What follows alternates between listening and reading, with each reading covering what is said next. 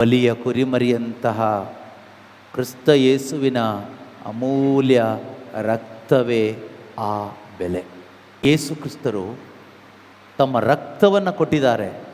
Bible ಪ್ರಕಾರ, ದೇವರ ಪ್ರಕಾರ ರಕ್ತದಲ್ಲಿ ಜೀವ ಇದೆ.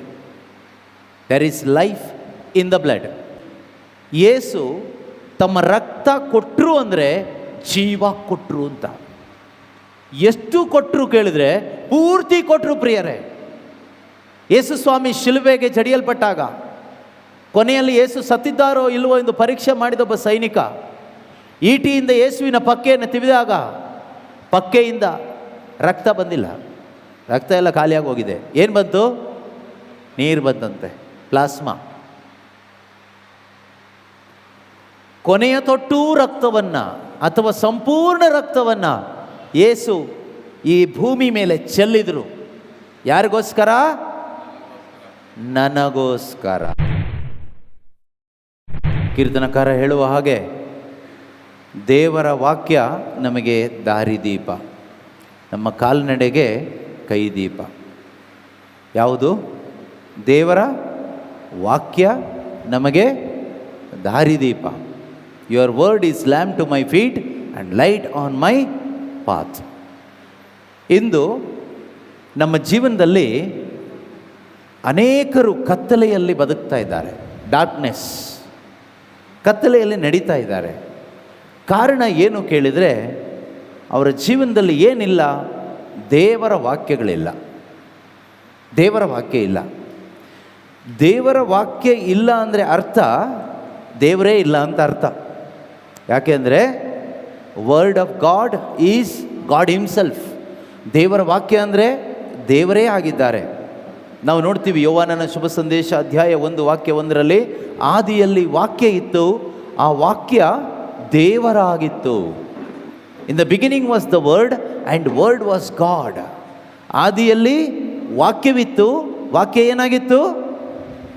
ವಾಕ್ಯ ದೇವರಾಗಿತ್ತು. ಪ್ರೀತಿಯ ಸಹೋದರ ಸಹೋದರಿಯರೇ, ನಮ್ಮ ಹೃದಯದಲ್ಲಿ ವಾಕ್ಯ ಇರುವಾಗ ನಮ್ಮ ಹೃದಯದಲ್ಲಿ ದೇವರಿರ್ತಾರೆ. ನಮ್ಮ ಹೃದಯದಲ್ಲಿ ಲೋಕ ಇರುವಾಗ ಯಾರಿರ್ತಾರೆ? ಪಿಶಾಚಿ ಇರ್ತಾನೆ.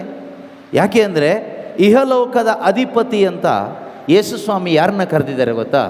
ಸೈತಾನನ್ನ ಕರೆದಿದ್ದಾರೆ. ಇಹಲೋಕದ ಅಧಿಪತಿ ಸೈತಾನ. ಹಾಗಾದರೆ ನಮ್ಮ ಮನಸ್ಸೊಳಗಡೆ ಬರೀ ಲೋಕದ ಚಿಂತೆಗಳು, ಲೋಕದ ಚಿಂತೆಗಳು, ಅದರಲ್ಲೂ ಮುಖ್ಯವಾಗಿ ದುಡ್ಡು, ನಾಳೆ, ಭವಿಷ್ಯ, ನನ್ನ ಭವಿಷ್ಯ, ನನ್ನ ಮಕ್ಕಳ ಭವಿಷ್ಯ, ಇದೆಲ್ಲ ನಮ್ಮ ಮನಸ್ಸೊಳಗಡೆ ಇರುತ್ತೆ. ಯಾರು ನಮ್ಮ ಜೀವನವನ್ನು ನಿಯಂತ್ರಿಸ್ತಾರೆ? ಆವಾಗ ಸೈತಾನ ನಿಯಂತ್ರಿಸ್ತಾನೆ. ಆದರೆ ನಮ್ಮ ಹೃದಯದ ಒಳಗಡೆ ದೇವರ ವಾಕ್ಯ ಇದ್ದಾಗ ನಮ್ಮ ಜೀವನವನ್ನು ಯಾರು ನಿಯಂತ್ರಿಸ್ತಾರೆ ಗೊತ್ತಾ? ಪವಿತ್ರಾತ್ಮರು ನಿಯಂತ್ರಿಸ್ತಾರೆ. ಸುಮ್ಮನೆ ಪವಿತ್ರಾತ್ಮರೇ ಬನ್ನಿರಿ, ಪವಿತ್ರಾತ್ಮರೇ ನಮ್ಮನ್ನು ನಡೆಸಿರಿ ಅಂದರೆ ನಡೆಸಲ್ಲ. ಪವಿತ್ರಾತ್ಮರು ನಮ್ಮನ್ನು ನಡೆಸಬೇಕಾದ್ರೆ ಪವಿತ್ರಾತ್ಮನಿಗೆ ಸಂಬಂಧಪಟ್ಟಿದ್ದೇನಾದರೂ ನಮ್ಮ ಒಳಗಡೆ ಇರಬೇಕು. ಆಗ ಪವಿತ್ರಾತ್ಮರು ನಮ್ಮನ್ನು ನಡೆಸ್ತಾರೆ. ಸೈತಾನನ್ನು ನೀವು ನಡೆಸಿ ಅಂತ ಹೇಳೋದು ಬೇಡ. ಸೈತಾನನಿಗೆ ಸಂಬಂಧಪಟ್ಟಿದ್ದು ನಮ್ಮ ಮನಸ್ಸು ಒಳಗಡೆ ಇದ್ದರೆ ಸಾಕು, ಅವನೇ ನಡೆಸ್ಕೊಂಡು ಹೋಗ್ತಾನೆ ಜೀವನವನ್ನು.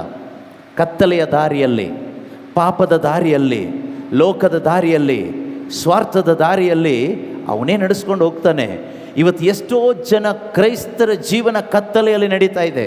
ಪಾಪದಲ್ಲಿ ಜೀವಿಸ್ತಾ ಇದ್ದಾರೆ, ಕತ್ತಲೆಯಲ್ಲಿ ಜೀವಿಸ್ತಾ ಇದ್ದಾರೆ, ಅವಿಶ್ವಾಸದಲ್ಲಿ, ಮೂಢನಂಬಿಕೆಯಲ್ಲಿ, ಅಜ್ಞಾನದಲ್ಲಿ ಬದುಕ್ತಾ ಇದ್ದಾರೆ. ಕಾರಣ ಏನು ಕೇಳಿದರೆ ದೇವರ ವಾಕ್ಯದ ಕೊರತೆ. ಒಳಗಡೆ ಏನಿಲ್ಲ? ದೇವರ ವಾಕ್ಯ ಇಲ್ಲ. ಕೀರ್ತನೆ 119ರಲ್ಲಿ 50ನೇ ವಾಕ್ಯ ಹೇಳುತ್ತೆ. ಕೀರ್ತನೆ 119. ಬೈಬಲ್ ತಂದಿರುವ ಬುದ್ಧಿವಂತರೆಲ್ಲರೂ ತೆಗಿರಿ ನೋಡೋಣ. ಕೀರ್ತನೆ 119ರಲ್ಲಿ 50ನೇ ವಾಕ್ಯ. ನಿನ್ನ ನುಡಿ ತರುತ್ತದೆ ನನಗೆ ನವಚೇತನ. ನಿನ್ನ ನುಡಿ ತರುತ್ತದೆ ನನಗೆ ನವಚೇತನ. ಒಂದ್ಸರಿ ಎಲ್ಲರೂ ಹೇಳೋಣವಾ?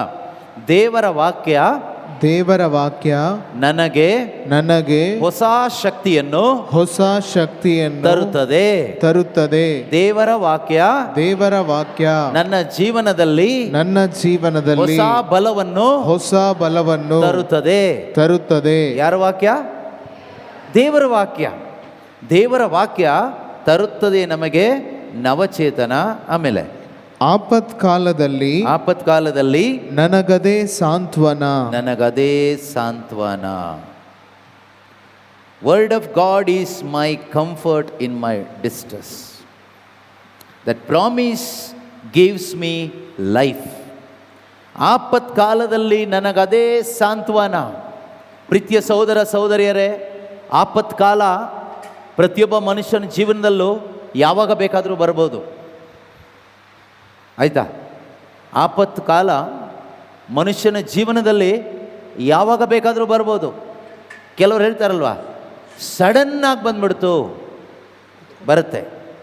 ಸಡನ್ನಾಗಿ ಈ ಥರ ಆಗ್ಬಿಡ್ತು, ಗೊತ್ತಿಲ್ಲ ಯಾಕೋ ನನ್ನ ಮಗ ಈ ರೀತಿ ಆದ, ಮಗಳು ಈ ರೀತಿ ಆಗಿಬಿಟ್ಲು, ಇದ್ದಕ್ಕಿದ್ದಂಗೆ ಓಡೋಗ್ಬಿಟ್ಲು, ನನ್ನ ಗಂಡನಿಗೆ ಸಡನ್ನಾಗಿ ಹಾರ್ಟ್ ಅಟ್ಯಾಕ್ ಆಗಿಬಿಡ್ತು, ನನ್ನ ಹೆಂಡತಿಗೆ ಸಡನ್ನಾಗಿ ಕಾಯಿಲೆ ಬಂದುಬಿಡ್ತು, ಸಡನ್ನಾಗಿ ಕುಟುಂಬದಲ್ಲಿ ಯಾರೋ ಒಬ್ಬರು ಸತ್ತೋದ್ರು, ಸಡನ್ನಾಗಿ ಕೆಲಸದಿಂದ ತೆಗೆದುಹಾಕಿದ್ರು, ಸಡನ್ನಾಗಿ ಯುದ್ಧ ಪ್ರಾರಂಭ ಆಯಿತು.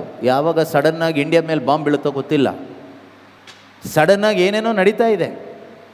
ಈಗೆಲ್ಲೂ ಗ್ಯಾಸ್ ಸಿಗ್ತಾ ಇಲ್ಲ, ಸಡನ್ನಾಗಿ ಏನೇನೋ ಆಗ್ತಾ ಇದೆ, ಇನ್ನೂ ಏನೇನೋ ಆಗೋದಿದೆ. ನಾವು ಅಂದ್ಕೊಂಡಂಗೆ ಪ್ರಪಂಚ ಒಳ್ಳೆ ರೀತಿಯಲ್ಲಿ ಮುಂದಕ್ಕೆ ಹೋಗಲ್ಲ. ಆಯಿತಾ? ಈ ಪ್ರಪಂಚ ನಾವು ಅಂದ್ಕೊಂಡ ಹಾಗೆ ತುಂಬ ಚೆನ್ನಾಗಿ ಮುಂದಿನ ವರ್ಷ ಚೆನ್ನಾಗಿ ಆಗ್ಬೋದು ಅಂತ ಅಂದ್ಕೊಂಡ್ರೆ ಚೆನ್ನಾಗಾಗಲ್ಲ, ಇನ್ನೂ ಹಾಳಾಗ್ತಾ ಹೋಗುತ್ತೆ. ಪ್ರಪಂಚ ಹೋಗ್ತಾ ಹೋಗ್ತಾ ಚೆನ್ನಾಗಾಗಲ್ಲ, ಹಾಳಾಗ್ತಾ ಹೋಗುತ್ತೆ. ನಮ್ಮ ಶರೀರ ಯಾವ ರೀತಿ ಬೆಳೀತಾ ಬೆಳೀತಾ ಹಾಳಾಗ್ತಾ ಹೋಗುತ್ತೋ, ಕೊನೆಗದು ಮಣ್ಣಿಗೆ ಹೋಗುತ್ತೋ, ಹಾಗೇ ಈ ಕಾಲ, ಈ ಲೋಕ ಕೂಡ ಹೋಗ್ತಾ ಹೋಗ್ತಾ ಮುಂದಕ್ಕೆ ಹೋಗ್ತಾ ಹೋಗ್ತಾ ಇನ್ನೂ ಚೆನ್ನಾಗಾಗುತ್ತೆ ಅಂತೆಲ್ಲ ಹೋಪ್ ಇಟ್ಕೋಬೇಡಿ, ಹಾಳಾಗುತ್ತೆ. ಅದು ದೇವರ ನಿಯಮ, ಅದು ಹಾಗೆ ಆಗೋದು. ವಿನಾಶದ ವಿಧಿಯಲ್ಲಿದೆ ಈ ಲೋಕ, ಅದು ಹಾಗೆ ಆಗಬೇಕು. ಆದರೆ ಪ್ರತಿದಿನ ಆಪತ್ಕಾಲ ಇದೆ ನಮಗೆ. ಈ ಆಪತ್ಕಾಲದಲ್ಲಿ ನಾವು ಸಿಕ್ಕಿ ಹಾಕಿಕೊಳ್ಳದೆ ಧೈರ್ಯವಾಗಿ ಮುಂದಕ್ಕೆ ಹೋಗಬೇಕಾದ್ರೆ, ಅಂದರೆ ದೇವರ ದಾರಿಯಲ್ಲಿ ನಮಗೆ ಮುಂದಕ್ಕೆ ಹೋಗ್ಲಿಕ್ಕೆ ಸಾಧ್ಯವಾಗಬೇಕಾದ್ರೆ ನಮ್ಮ ಒಳಗಡೆ ದೇವರ ವಾಕ್ಯದಲ್ಲಿರುವ ಬೆಳಕು ಬೇಕು. ದೇವರ ವಾಕ್ಯದಲ್ಲಿ ಏನಿದೆ ಅಂತದ್ದು ಕೇಳಿದರೆ, there is full of divine light inside the word of God. ದೇವರ ವಾಕ್ಯದಲ್ಲಿ ಪರಲೋಕದ ಬೆಳಕು ಇದೆ, ಸ್ವರ್ಗೀಯ ಬೆಳಕು ದೇವರ ವಾಕ್ಯದಲ್ಲಿದೆ. ಈ ದೇವರ ವಾಕ್ಯದಲ್ಲಿರ್ತಕ್ಕಂಥ ಬೆಳಕು ಯಾರ ಹೃದಯದ ಒಳಗೆ ಇರುತ್ತೋ ಅವರಿಗೆ ದಾರಿ ಕಾಣಿಸುತ್ತೆ. ಆಪತ್ಕಾಲದಲ್ಲಿ they can see the way in times of distress. ಕಷ್ಟ ಸಂಕಟಗಳ ಸಮಯದಲ್ಲಿ, ಶೋಧನೆಗಳ ಸಮಯದಲ್ಲಿ, ಇಕ್ಕಟ್ಟು ಬಿಕ್ಕಟ್ಟುಗಳ ಸಮಯದಲ್ಲಿ ಮುಂದಕ್ಕೆ ಹೋಗಲಿಕ್ಕೆ ಬೇಕಾದ ದಾರಿ ಹೇಗೆ ಕಾಣಿಸುತ್ತೆ ಕೇಳಿದರೆ, ನಿನ್ನ ಒಳಗಡೆ ದೇವರ ವಾಕ್ಯ ಇದ್ದರೆ ಆ ವಾಕ್ಯ ಆಪತ್ಕಾಲದಲ್ಲಿ ಸಾಂತ್ವನವನ್ನು ನೀಡ್ತದೆ. ಮಾತ್ರವಲ್ಲ, ಮುಂದೆ ಹೋಗಲಿಕ್ಕೆ ಬೇಕಾದ ಚೈತನ್ಯ ಅಂದರೆ ಪವರ್, ಶಕ್ತಿ ಕೂಡ ಕೊಡುತ್ತೆ. ಮನುಷ್ಯನಿಗೆ ಕೊಡೋಕ್ಕಾಗಲ್ಲ ಎಲ್ಲ ಟೈಮಲ್ಲೂ, ಎಲ್ಲರಿಗೂ ಕೊಡೋಕ್ಕಾಗೋದಿಲ್ಲ. ಯಾಕಂದರೆ ಎಲ್ಲರೂ ಒಂದೇ ಪ್ರಾಬ್ಲಮಲ್ಲಿ ಸಿಕ್ಕಾಕ್ಕೊಂಡ್ರೆ ನಮಗೆ ಉತ್ತೇಜನ ಕೊಡೋರು ಯಾರು ಅಲ್ವಾ? ಎಲ್ಲರೂ ಒಂದೇ ಸಮಸ್ಯೆಯಲ್ಲಿ ಸಿಕ್ಕಾಕೊಂಡಾಗ ನಮಗೆ ಒಂದು ಸಾಂತ್ವನ ಹೇಳೋರು ಯಾರು? ಕುಟುಂಬದಲ್ಲಿ ಎಲ್ಲರೂ ರೋಗಿಗಳೇ ಆದರು ಅಂತ ತಿಳ್ಕೊಳ್ಳಿ, ಆಗ ರೋಗಿಗಳನ್ನ ನೋಡ್ಕೊಳ್ಳೋದು ಯಾರು? ಒಂದು ಮನೆಯಲ್ಲಿ 5 ಜನ ಇರ್ತಾರೆ, 5 ಜನನೂ ಪೇಷಂಟಾಗಿ ಮಲ್ಕೊಬಿಟ್ರೆ ನೋಡ್ಕೊಳ್ಳೋರು ಯಾರು? ಪೇಷಂಟ್ನೇ ನೋಡ್ಕೊಳ್ಳೋರು ಯಾರು? ಎಲ್ಲರೂ ಪೇಷಂಟೇ ಅಲ್ವಾ? ಈ ಲೋಕದ ಪರಿಸ್ಥಿತಿನೂ ಹಾಗೇ. ನಾವೇನು ಮಾಡ್ತೀವಿ ಗೊತ್ತಾ? ಮನುಷ್ಯರಿಂದ ಸಾಂತ್ವನವನ್ನು ಬಯಸ್ತೀವಿ. ಖಂಡಿತವಾಗಲೂ ಈ ಪ್ರಪಂಚದಲ್ಲಿ ನಮಗೆ ಯಾವ ಮನುಷ್ಯನಿಂದನೂ ನಿಜವಾದ ಸಾಂತ್ವನ ಸಿಗಲ್ಲ. Only god can console us always. God is called god of all consolation. Bible ಹೇಳುತ್ತೆ ದೇವ್ರನ್ನ ಸಕಲ ಸಾಂತ್ವನವನ್ನು ನೀಡುವ ದೇವರು. 2 Corinthians ಚಾಪ್ಟರ್ 1 verse 3 ಅನಿಸುತ್ತೆ. ಏನು ಹೇಳ್ತಾರೆ ಗೊತ್ತಾ? ದೇವ್ರನ್ನ ಏನು ಹೇಳ್ತಾರೆ? ಅವರು ಕರುಣಾಭರಿತ ತಂದೆ, ಸಕಲ ಸಾಂತ್ವನವನ್ನು ನೀಡುವ ದೇವರು. ಓದಿ ನೋಡೋಣ.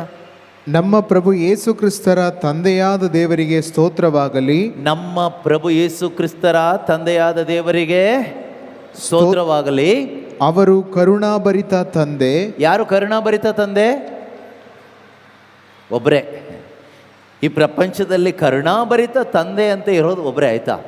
ಬೇರೆ ಯಾವ ತಂದೆನೂ ಇಲ್ಲ, ತಾಯಿನೂ ಇಲ್ಲ, ಗಂಡನೂ ಇಲ್ಲ, ಫ್ರೆಂಡೂ ಇಲ್ಲ, ಯಾರೂ ಇಲ್ಲ. There is only full of mercy and that is God alone. ಕರುಣಾಭರಿತ ಅಂತ ಇರೋದು ಪೂರ್ತಿಯಾಗಿ ಒಬ್ಬರು ಮಾತ್ರನೇ. ಈ ಲೋಕದಲ್ಲಿರುವ ತಂದೆ ಎಂಥವರು ಅಂತ ಯೇಸು ಹೇಳ್ತಾರೆ ಗೊತ್ತಾ? ಕೆಟ್ಟವರು. ನಾನು ಹೇಳಿದ್ದಲ್ಲ, ಯೇಸು ಹೇಳೋ ಮಾತು. ಕೆಟ್ಟವರಾದ ನೀವೇ ನಿಮ್ಮ ಮಕ್ಕಳಿಗೆ ಒಳ್ಳೆಯದನ್ನು ಕೊಡಬಲ್ಲಿರಾದರೆ ಅದಕ್ಕಿಂತಲೂ ಎಷ್ಟೋ ಹೆಚ್ಚಾಗಿ ಸ್ವರ್ಗದಲ್ಲಿರುವ ನಿಮ್ಮ ತಂದೆ ಕರುಣಾಭರಿತ ತಂದೆ. ಯಾರು ಕರುಣಾಭರಿತ? ಒಬ್ಬರೇ ಕರುಣಾಭರಿತ, ಆಯಿತಾ? ನಮಗೆ ಈ ಲೋಕದಲ್ಲಿ ಯಾರಿಂದನೂ ಕರುಣೆ ಸಿಗೋಲ್ಲ ಪ್ರಿಯರೇ. ಈ ಲೋಕದಲ್ಲಿ ಯಾವ ಮನುಷ್ಯನಿಂದಾನೂ, ತಂದೆಯಿಂದಾಗಲಿ, ತಾಯಿಯಿಂದಾಗಲಿ, ಜೀವನ ಸಂಗಾತಿಯಿಂದಾಗಲಿ, ಸ್ನೇಹಿತರಿಂದಾಗಲಿ, ಬಂಧುಗಳಿಂದಾಗಲಿ ನಮಗೆ ಕರುಣೆ, ದಯೆ ಅನ್ನೋದು ಸಿಗೋಲ್ಲ. ನಾವು ಅವರಿಂದ ಹುಡುಕ್ತಾ ಇರ್ತೀವಿ, ಅವರಿಂದ ಸಿಗೋದಿಲ್ಲ, ಬೇಜಾರು ಮಾಡ್ಕೊಳ್ತೀವಿ, ಒದ್ದಾಡ್ತೀವಿ, ನರಳಾಡ್ತೀವಿ, ಬೈಕೊಳ್ತೀವಿ, ದೇವ್ರನ್ನ ಬೈಕೊಳ್ತೀವಿ, ದೇವ್ರ ಹತ್ರ ಪ್ರಾರ್ಥನೆ ಮಾಡ್ತೀವಿ, ಎಲ್ಲ ಮಾಡ್ತೀವಿ. ಆದರೆ ಬೈಬಲ್ ಹೇಳುತ್ತೆ, ನಮಗೆ ಸಕಲ ಸಾಂತ್ವನವನ್ನು ನೀಡುವ ಕರುಣಾಭರಿತ ತಂದೆ ಒಬ್ಬರೇ, ಅವರೇ ನಮ್ಮ ದೇವರು. ಓದೋಣ ವಾಕ್ಯ. ಅವರು ಕರುಣಾಭರಿತ ತಂದೆ, ಅವರು ಕರುಣಾಭರಿತ ತಂದೆ, ಸಕಲ ಸಾಂತ್ವನವನ್ನು ನೀಯುವ ದೇವರು. ಸಕಲ ಸಾಂತ್ವನವನ್ನು ನೆನ್ಪಿಟ್ಕೊಳ್ಳಿ, ಸಕಲ ಸಾಂತ್ವನವನ್ನು ನೀಡುವಂಥ ದೇವರು. God of all consolation. All consolation. ನಮಗಿರ್ತಕ್ಕಂಥ ಎಲ್ಲ ದುಃಖದ, ಎಲ್ಲ ನೋವಿನ ವಿಷಯದಲ್ಲೂ ನಮಗೆ ಸಾಂತ್ವನವನ್ನು ನೀಡಲಿಕ್ಕೆ ಶಕ್ತರಾದ ಒಬ್ಬರು ನಮಗಿದ್ದಾರೆ. ಅವ್ರು ಯಾರು ಕೇಳಿದರೆ ಸ್ವರ್ಗದಲ್ಲಿರೋ ನಮ್ಮ ತಂದೆ, ನಾವು ಆರಾಧಿಸುವಂಥ ದೇವರು. ನೋಡಿ,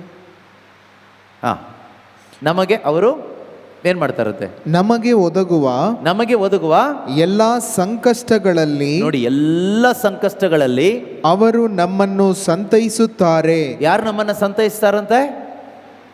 ನಮಗೆ ಒದಗುವ ಎಲ್ಲ ಸಂಕಷ್ಟಗಳಲ್ಲಿ ನಮ್ಮನ್ನು ಸಂತೈಸುವವರು ಯಾರು? ನಮ್ಮ ತಂದೆನಾ? ತಾಯಿನಾ? ಸ್ನೇಹಿತರ? ಬಂಧು ಬಳಗನಾ? ಅವ್ರು ಯಾರು ಸಂತೈಸಲ್ಲ. ನಾನು ಆಗಲೇ ಹೇಳಿದ್ನಲ್ವಾ, ಒಂದು ಮನೆಯಲ್ಲಿ 5 ಜನ ಪೇಷಂಟ್ ಆದರೆ ಯಾರನ್ನ ಸಂತೈಸ್ತಾರೆ? ಈ ಪ್ರಪಂಚದಲ್ಲಿ ನೋಡುವಾಗ ಎಲ್ಲರೂ ಪೇಷಂಟೇ, ಎಲ್ಲರೂ ಒಳಗಡೆ ರೋಗ ಇರುವವರೇ. ಪಾಪ ಎಂಬ ರೋಗದಲ್ಲಿ, ಅಥವಾ ಶರೀರದಲ್ಲಾದರೂ ಪಾಪ ಇದೆ, ಎಲ್ಲೋ ಒಂದು ಕಡೆ ಇರುತ್ತೆ. ಈ ಪಾಪ ತುಂಬಿದ ಲೋಕದಲ್ಲಿ, ಪಾಪ ತುಂಬಿದ ಜೀವಿತದಲ್ಲಿ ಬದುಕ್ತಾ ಇರುವಾಗ ಒಬ್ಬ ಮನುಷ್ಯ ಇನ್ನೊಬ್ಬ ಮನುಷ್ಯನಿಗೆ ಸಾಂತ್ವನ ಹೇಳಲಿಕ್ಕೆ ಬಲ ಇರೋದಿಲ್ಲ. ಹಾಗೆ ಸಕಲ ಸಾಂತ್ವನವನ್ನು ಎಲ್ಲ ಸಂದರ್ಭದಲ್ಲೂ ನಮಗೆ ಬಂದೊದಗಿರ್ತಕ್ಕಂಥ ಕಷ್ಟ ಸಂಕಟಗಳಲ್ಲಿ ಸಾಂತ್ವನ ಹೇಳಲಿಕ್ಕೆ ಸಾಧ್ಯವಾಗೋದು ಒಬ್ಬರಿಗೇನೆ. ಅದು ಯಾರಿಗೆ ಕೇಳಿದರೆ ಕರುಣಾಭರಿತ ತಂದೆಯಾದ ದೇವರಿಗೆ ಮಾತ್ರನೇ. ಅವ್ರು ಹೇಗೆ ಸಾಂತ್ವನ ಹೇಳ್ತಾರೆ ಅನ್ನೋದು ನಮಗೆ ಗೊತ್ತಿರಬೇಕು. ಅದನ್ನೇ ಹೇಳ್ತಾ ಬಂದಿದ್ದು ನಾನು. How he will console us. ಯಾವ ರೀತಿಯಲ್ಲಿ ಆ ಸಾಂತ್ವನ ಅವ್ರು ಮಾಡ್ತಾರೆ ನಮಗೆ ಅಂದರೆ ಥ್ರೂ ಹಿಸ್ ವರ್ಡ್. ದೇವರು ಹೇಗೆ ಸಂತೈಸ್ತಾರೆ ಕೇಳಿದರೆ, ಮನುಷ್ಯನ ಥರ ಬಂದುಬಿಟ್ಟು ಮುಟ್ಟಿ ಕಣ್ಣೀರು ಒರೆಸಿ ಅದೆಲ್ಲ ಮಾಡಲ್ಲ. ದೇವರಿಗೆ ಮಾಡಲಿಕ್ಕಾಗುತ್ತೆ, ಏನು ಬೇಕಾದರೂ ಮಾಡ್ಬೋದು. ಸಮ್ಟೈಮ್ಸ್ ಇನ್ನೊಬ್ಬ ಮನುಷ್ಯನ ಮುಖಾಂತರ ದೇವರು ಆ ರೀತಿಯಲ್ಲಿ ಮಾಡ್ತಾರೆ, ಬಟ್ ನಾಟ್ ಆಲ್ವೇಸ್. ನಮಗೆ ಎಕ್ಸ್ಪೆಕ್ಟ್ ಮಾಡೋಕ್ಕಾಗಲ್ಲ. ಆದರೆ ಇದು 100% ಗ್ಯಾರಂಟಿ. ಪ್ರೀತಿಯ ಸಹೋದರ ಸಹೋದರಿಯರೇ, ನಿಮ್ಮ ಹೃದಯಗಳಲ್ಲಿ ನೀವೇನು ವಾಕ್ಯ ತುಂಬಿಸಿಟ್ಕೊಳ್ತಿರೋ ದೇವರ ವಾಕ್ಯ, ಅದು ನಿಮ್ಮ ಹೃದಯದಲ್ಲಿ ಸಾಂತ್ವನವನ್ನು ಉಂಟು ಮಾಡುತ್ತೆ. ನಿಮ್ಮ ಕಷ್ಟದ ಸಮಯದಲ್ಲಿ, ದುಃಖದ ಸಮಯದಲ್ಲಿ, ನೋವಿನ ಸಮಯದಲ್ಲಿ, ಅಥವಾ ನಿಮ್ಮ ಕಾಲು ಜಾರಿ ಹೋಗುವಂಥ ಸಮಯದಲ್ಲಿ, ಪಾಪದಲ್ಲಿ ಬಿದ್ದು ಹೋಗುವಂಥ ಸಮಯದಲ್ಲಿ ನಿಮಗೆ ಸಾಂತ್ವನ ಹೇಳಿ ನಿಮ್ಮನ್ನು ವಾಪಸ್ ಕರ್ಕೊಂಡು ಬರುತ್ತೆ. ಯಾವುದು? ನಿಮ್ಮ ಹೃದಯದ ಒಳಗಡೆ ಇರತಕ್ಕಂತಹ ದೇವರ ವಾಕ್ಯ. ಇವತ್ತು ನಾವು ನೋಡ್ತೀವಿ, ಎಷ್ಟೋ ಜನ ಯೌವನಸ್ಥ ಮಕ್ಕಳು, ಇವತ್ತು ಯೂತ್ಸ್ ಅಂತ ಹೇಳಬಾರ್ದು, ಚೋಟುಗಳಿಂದ ಎಲ್ಲರೂ ಬರ್ತಾರೆ. ಚಿಕ್ಕ ಮಕ್ಕಳಿಂದ ಹಿಡಿದು ಯೌವನಸ್ಥರ ತನಕ ಸೈತಾನನ ದಾರಿಯಲ್ಲಿ ಹೋಗ್ತಾ ಇದ್ದಾರೆ. ಕತ್ತಲೆಯ ದಾರಿಯಲ್ಲಿ, ಪಾಪದ ದಾರಿಯಲ್ಲಿ. ಏನು ಹಿಡ್ಕೊಂಡು ಗೊತ್ತಾ? ಮೊಬೈಲ್ ಫೋನ್ ಹಿಡ್ಕೊಂಡು. ಮೊಬೈಲ್ ಫೋನ್ ಬಿಟ್ಟು ಬದುಕೋಕ್ಕಾಗ್ತಾ ಇಲ್ಲ. ಮೊಬೈಲ್ ಫೋನ್ ಬಿಟ್ಟು ಸ್ಟಡಿ ಮಾಡೋಕ್ಕಾಗ್ತಾ ಇಲ್ಲ, ಮೊಬೈಲ್ ಫೋನ್ ಬಿಟ್ಟು ನಿದ್ರೆ ಮಾಡೋಕ್ಕಾಗ್ತಾ ಇಲ್ಲ, ಮೊಬೈಲ್ ಫೋನ್ ಬಿಟ್ಟು ಊಟ ಮಾಡೋಕ್ಕಾಗ್ತಾ ಇಲ್ಲ, ಮೊಬೈಲ್ ಫೋನ್ ಇಲ್ಲದೆ ಚರ್ಚ್ ಒಳಗಡೆ ಬರೋಕ್ಕಾಗ್ತಾ ಇಲ್ಲ. ಪ್ರತಿಯೊಂದು ಸಂದರ್ಭದಲ್ಲೂ ಮೊಬೈಲ್ ಫೋನ್ ಬೇಕೇ ಬೇಕು. ಮನೇಲಿ ಅಪ್ಪ ಡ್ರಿಂಕ್ಸ್ಗೆ ಅಡಿಕ್ಟ್ ಆದರೆ ಮಕ್ಕಳು ಮೊಬೈಲ್ಗೆ ಅಡಿಕ್ಟ್ ಆಗಿದ್ದಾರೆ. ಈ ರೀತಿ ಎಷ್ಟೋ ರೀತಿಯ ಅಡಿಕ್ಷನ್ಸಲ್ಲಿ ಇವತ್ತು ಚಿಕ್ಕ ಮಕ್ಕಳು, ಯೌವನಸ್ಥರು, ವಿವಾಹಿತರು, ಮುದುಕರು, ಮುದುಕಿಯರು ಎಲ್ಲರ ಕೈಲೂ ಮೊಬೈಲೇ. ಎಲ್ಲರೂ ಮೊಬೈಲ್ಗೆ ಅಡಿಕ್ಟ್ ಆಗಿಬಿಟ್ಟಿದ್ದಾರೆ. ಕಾರಣ ಏನು ಗೊತ್ತಾ? ಈ ಅಡಿಕ್ಷನ್ಗೆ ಒಳಗಾಗಿ ಜೀವನ ಹಾಳಾಗಿ ಹೋಗಲಿಕ್ಕೆ, ಕತ್ತಲೆಯಲ್ಲಿ ಹೋಗಲಿಕ್ಕೆ ಕಾರಣ ಏನು? ಒಳಗಡೆ ಏನಿಲ್ಲ ಗೊತ್ತಾ? ಒಳಗಡೆ ವಾಕ್ಯಗಳಿಲ್ಲ. There is no word of God inside. Sunday ಚರ್ಚಿಗೆ ಹೋಗ್ತೀವಿ, ಮನೆಗೆ ಬರ್ತೀವಿ, ಸಾಂಪ್ರದಾಯಿಕ ಅದು. ನಾವು ಈ ಸಂಪ್ರದಾಯ ಮಾಡಲೇಬೇಕಲ್ವಾ? ನಾವು ಈ ಕಥೋಲಿಕ ಸಭೆಯಲ್ಲಿ ಇರೋದ್ರಿಂದ ನಾವೇನು ಮಾಡ್ತೀವಿ? ಇಲ್ಲಿನ ಸಂಪ್ರದಾಯಗಳನ್ನ ಮಾಡ್ತೀವಿ. ಇನ್ನೊಂದು ಧರ್ಮದಲ್ಲಿ ಇದ್ದಿದ್ರೆ ಅಲ್ಲಿನ ಸಂಪ್ರದಾಯ ಮಾಡ್ತಾ ಇದ್ವಿ. ಪ್ರೀತಿಯ ಸಹೋದರ ಸಹೋದರಿಯರೇ, ಯಾವ ಸಂಪ್ರದಾಯಗಳು ನಮಗೆ ರಕ್ಷಣೆ ಕೊಡೋದಿಲ್ಲ. ನಮ್ಮ ಒಳಗಡೆ ಇರ್ತಕ್ಕಂಥ ದೇವರ ವಾಕ್ಯ ಇದೆಯಲ್ವಾ, ಅದು ನಮ್ಮನ್ನು ಕಾಪಾಡುತ್ತೆ. ನಿಮ್ಮ ಒಳಗಡೆ ಏನು ತುಂಬಿಸ್ಕೋಬೇಕು ಗೊತ್ತಾ? ಈ ಧ್ಯಾನ ಕೂಟದಲ್ಲಿ ವಾಕ್ಯಗಳನ್ನ ತುಂಬಿಸ್ಕೋಬೇಕು. ಏನು ತುಂಬಿಸ್ಕೋಬೇಕು? ವಾಕ್ಯಗಳನ್ನ ತುಂಬಿಸ್ಕೋಬೇಕು. ನೋಡಿ, ಯೇಸು ಕ್ರಿಸ್ತರಿಗೆ ಶೋಧನೆ ಬಂತು. ಮನುಷ್ಯ ಅಂದಮೇಲೆ ಎಲ್ರಿಗೂ ಶೋಧನೆ ಬಂದೇ ಬರುತ್ತೆ. ಯೇಸು ಕ್ರಿಸ್ತರಿಗೂ ಕೂಡ ಈ ಲೋಕದಲ್ಲಿರುವಾಗ ಶೋಧನೆ ಬಂತು. ಕಾರಣ ಏನು? ಅವರು ಶರೀರದಲ್ಲಿದ್ದರಿಂದ ಅವರಿಗೆ ಶೋಧನೆ ಬಂತು. ಆದರೆ ಅವರು ಶೋಧನೆಯನ್ನು ಹೇಗೆ ಜಯಿಸಿದರು ನಮಗೆ ಗೊತ್ತು. ಕಳೆದ ದಿವಸಗಳಲ್ಲಿ ನಾವು ಓದಿದ್ವಿ, ಧ್ಯಾನಿಸಿದ್ವಿ. ಮತ್ತಾಯನ ಶುಭ ಸಂದೇಶ 4ನೇ ಅಧ್ಯಾಯದಲ್ಲಿ, ಲೂಕನ ಶುಭ ಸಂದೇಶ 4ನೇ ಅಧ್ಯಾಯದಲ್ಲಿ ನಾವು ಓದ್ತೀವಿ. 4ನೇ ಅಧ್ಯಾಯ 4ನೇ ವಚನದಲ್ಲಿ ನಾವು ಓದ್ತೀವಿ. ಯೇಸು ಸ್ವಾಮಿ ಹೇಳ್ತಾರೆ, ಸೈತಾನನೊಂದು ಶೋಧನೆಯನ್ನು ಕೊಟ್ಟಾಗ ಯೇಸು ಸ್ವಾಮಿಗೆ ಒಂದು ಶಾರೀರಿಕವಾದ ಶೋಧನೆ, ಶರೀರದಲ್ಲೊಂದು ಶೋಧನೆ. ನಮಗೆಲ್ರಿಗೂ ಶೋಧನೆ ಎಲ್ಲಿ ಬರುತ್ತೆ? ಫಸ್ಟು ಶರೀರದಲ್ಲೇ ಬರೋದು, ಆಯಿತಾ? ಫಸ್ಟ್ ಶೋಧನೆ ಬರೋದೇ ಶರೀರದಲ್ಲಿ. ತಿನ್ನಬೇಕು, ಕುಡಿಬೇಕು, ನೋಡಬೇಕು, ಮುಟ್ಟಬೇಕು, ಎಲ್ರಿಗೂ ಅದೇ ಶೋಧನೆ. ಆದಿಕಾಂಡದಲ್ಲಿ ಹವ್ವಳಿಗೆ ಶೋಧನೆ ಬಂದಿದ್ದು ಯಾವುದು? ಅದರಲ್ಲೇ ನೋಡ್ತಾ ನೋಡ್ತಾ ಆ ಹಣ್ಣು ಎಷ್ಟು ಚೆನ್ನಾಗಿದೆ, ಆ ಹಣ್ಣು ಎಷ್ಟು ಚೆನ್ನಾಗಿದೆ, ಅದು ನನಗೆ ಬೇಕು.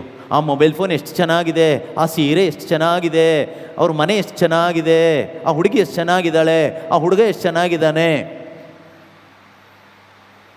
ಈ ಊರಲ್ಲಿ ಒಂದು ಜಮೀನು ಸಿಕ್ಕಿದ್ರೆ ಎಷ್ಟು ಚೆನ್ನಾಗಿರುತ್ತೆ, ಈ ಸಿನಿಮಾ ಎಷ್ಟು ಚೆನ್ನಾಗಿದೆ. ಸೊ ನಮ್ಮ ಕಣ್ಣಿಗೆ ಸುಂದರವಾಗಿ ಕಾಣಿಸುವಂಥದ್ದೆಲ್ಲ ಈ ಶರೀರ ಬೇಕು, ನನಗೆ ಬೇಕು, ನನಗೆ ಬೇಕು, ನನಗೆ ಬೇಕು ಅಂತ ಬಯಸುತ್ತೆ. ನಾವು ಹೋಗಿ ಹಣ್ಣು ಕಿತ್ಕೊಳ್ತೀವಿ, ತಿಂತೀವಿ. ಇದು ಈ ಪ್ರಪಂಚದಲ್ಲಿ ನಡೀತಾ ಇದೆಯಾ ನಮ್ಮ ಜೀವನದಲ್ಲಿ? ಆಮೇಲೆ ಅಯ್ಯೋ ದೇವರೇ ಯಾಕೆ ಹಿಂಗೆ ಆಗೋಯ್ತು ಅಂತ ದೇವ್ರನ್ನ ಬೈಕೊಳ್ತೀವಿ, ದೇವ್ರನ್ನ ಪ್ರಶ್ನೆ ಕೇಳ್ತೀವಿ. ಪ್ರೀತಿಯ ಸಹೋದರ ಸಹೋದರಿಯರೇ, ನಾವು ನಮ್ಮ ಇಷ್ಟಕ್ಕೆ ಬದುಕಿ ಜೀವನ ಹಾಳು ಮಾಡಿಕೊಂಡು ದೇವ್ರನ್ನ ಪ್ರಶ್ನೆ ಕೇಳೋದ್ರಿಂದ ಲಾಭ ಏನೂ ಇಲ್ಲ. ನಮ್ಮಿಷ್ಟಕ್ಕೆ ನಾವು ಬದುಕಿ, ನಮ್ಮಿಷ್ಟ ಅಂದ್ರೇನು? ನನಗೇನು ಇಷ್ಟನೋ ಅದನ್ನು ನೋಡ್ತೀನಿ, ನನಗೇನು ಇಷ್ಟನೋ ಅದನ್ನು ತಿಂತೀನಿ, ನನಗೇನು ಇಷ್ಟನೋ ಅದನ್ನು ಮಾತಾಡ್ತೀನಿ, ನನಗೇನು ಇಷ್ಟನೋ ಅದನ್ನು ಆಲೋಚನೆ ಮಾಡ್ತೀನಿ. ದೇವರು ಆ ರೀತಿ ಪರ್ಮಿಷನ್ ಒಬ್ಬರಿಗೂ ಕೊಟ್ಟಿಲ್ಲ. ದೇವರು ಸ್ವಾತಂತ್ರ್ಯ ಕೊಟ್ಟಿದ್ದಾರೆ. ಆದರೆ ಸ್ವಾತಂತ್ರ್ಯ ಕೊಟ್ಟಿದ್ದು ಯಾಕೆ ಅಂದರೆ ದೇವರನ್ನು ಅರಿತುಕೊಂಡು, ದೇವರನ್ನು ಪ್ರೀತಿಸುತ್ತಾ, ಅವರ ಮಹಿಮೆಗಾಗಿ ಜೀವಿಸಲಿಕ್ಕೆ. ಅದಕ್ಕೆ ದೇವರು ನಮಗೆ ಸ್ವಾತಂತ್ರ್ಯ ಕೊಟ್ಟಿರೋದು. ಆದರೆ ನಮ್ಮ ಇಷ್ಟದಂತೆ ಬದುಕಲಿಕ್ಕೆ ಅಂತ ಸ್ವಾತಂತ್ರ್ಯ ದೇವರು ಕೊಟ್ಟಿಲ್ಲ. ಅದು ಯಾವಾಗ ಸಿಕ್ತು ಗೊತ್ತಾ? ಅದು ಪಾಪದ ಪರಿಣಾಮ. ಏದೇನ್ ತೋಟದಲ್ಲಿ ಆದಮ್ ಮತ್ತು ಹವ್ವಳು ಅಥವಾ ಆದಾಮನು ಮಾಡಿದ ಪಾಪದ ಪರಿಣಾಮ ಇವತ್ತು ನಮ್ಮ ಬಾಯಲ್ಲಿ ಬರುತ್ತೇನು ಗೊತ್ತಾ? ನನ್ನಿಷ್ಟ. ನೀನು ಯಾರು ಕೇಳೋಕ್ಕೆ? ನನ್ನಿಷ್ಟ ನಾನೇನಾದರೂ ನೋಡ್ತೀನಿ, ನನ್ನಿಷ್ಟ ನಾನೇನಾದರೂ ತಿಂತೀನಿ, ನನ್ನಿಷ್ಟ ನಾನು ಹೇಗಾದರೂ ಪ್ರಾರ್ಥನೆ ಮಾಡ್ತೀನಿ, ನನ್ನಿಷ್ಟ ನಾನು ಹೇಗಾದರೂ ಬಟ್ಟೆ ಹಾಕ್ಕೊಳ್ತೀನಿ, ನನ್ನಿಷ್ಟ ನಾನು ಎಲ್ಲಾದರೂ ಹೋಗ್ತೀನಿ, ನನ್ನಿಷ್ಟ ನಾನು ಏನಾದರೂ ಸಂಪಾದನೆ ಮಾಡ್ತೀನಿ. ಹೇಳಲ್ವಾ? ಹೇಳ್ತೀವಿ. ಕಾರಣ ಏನು?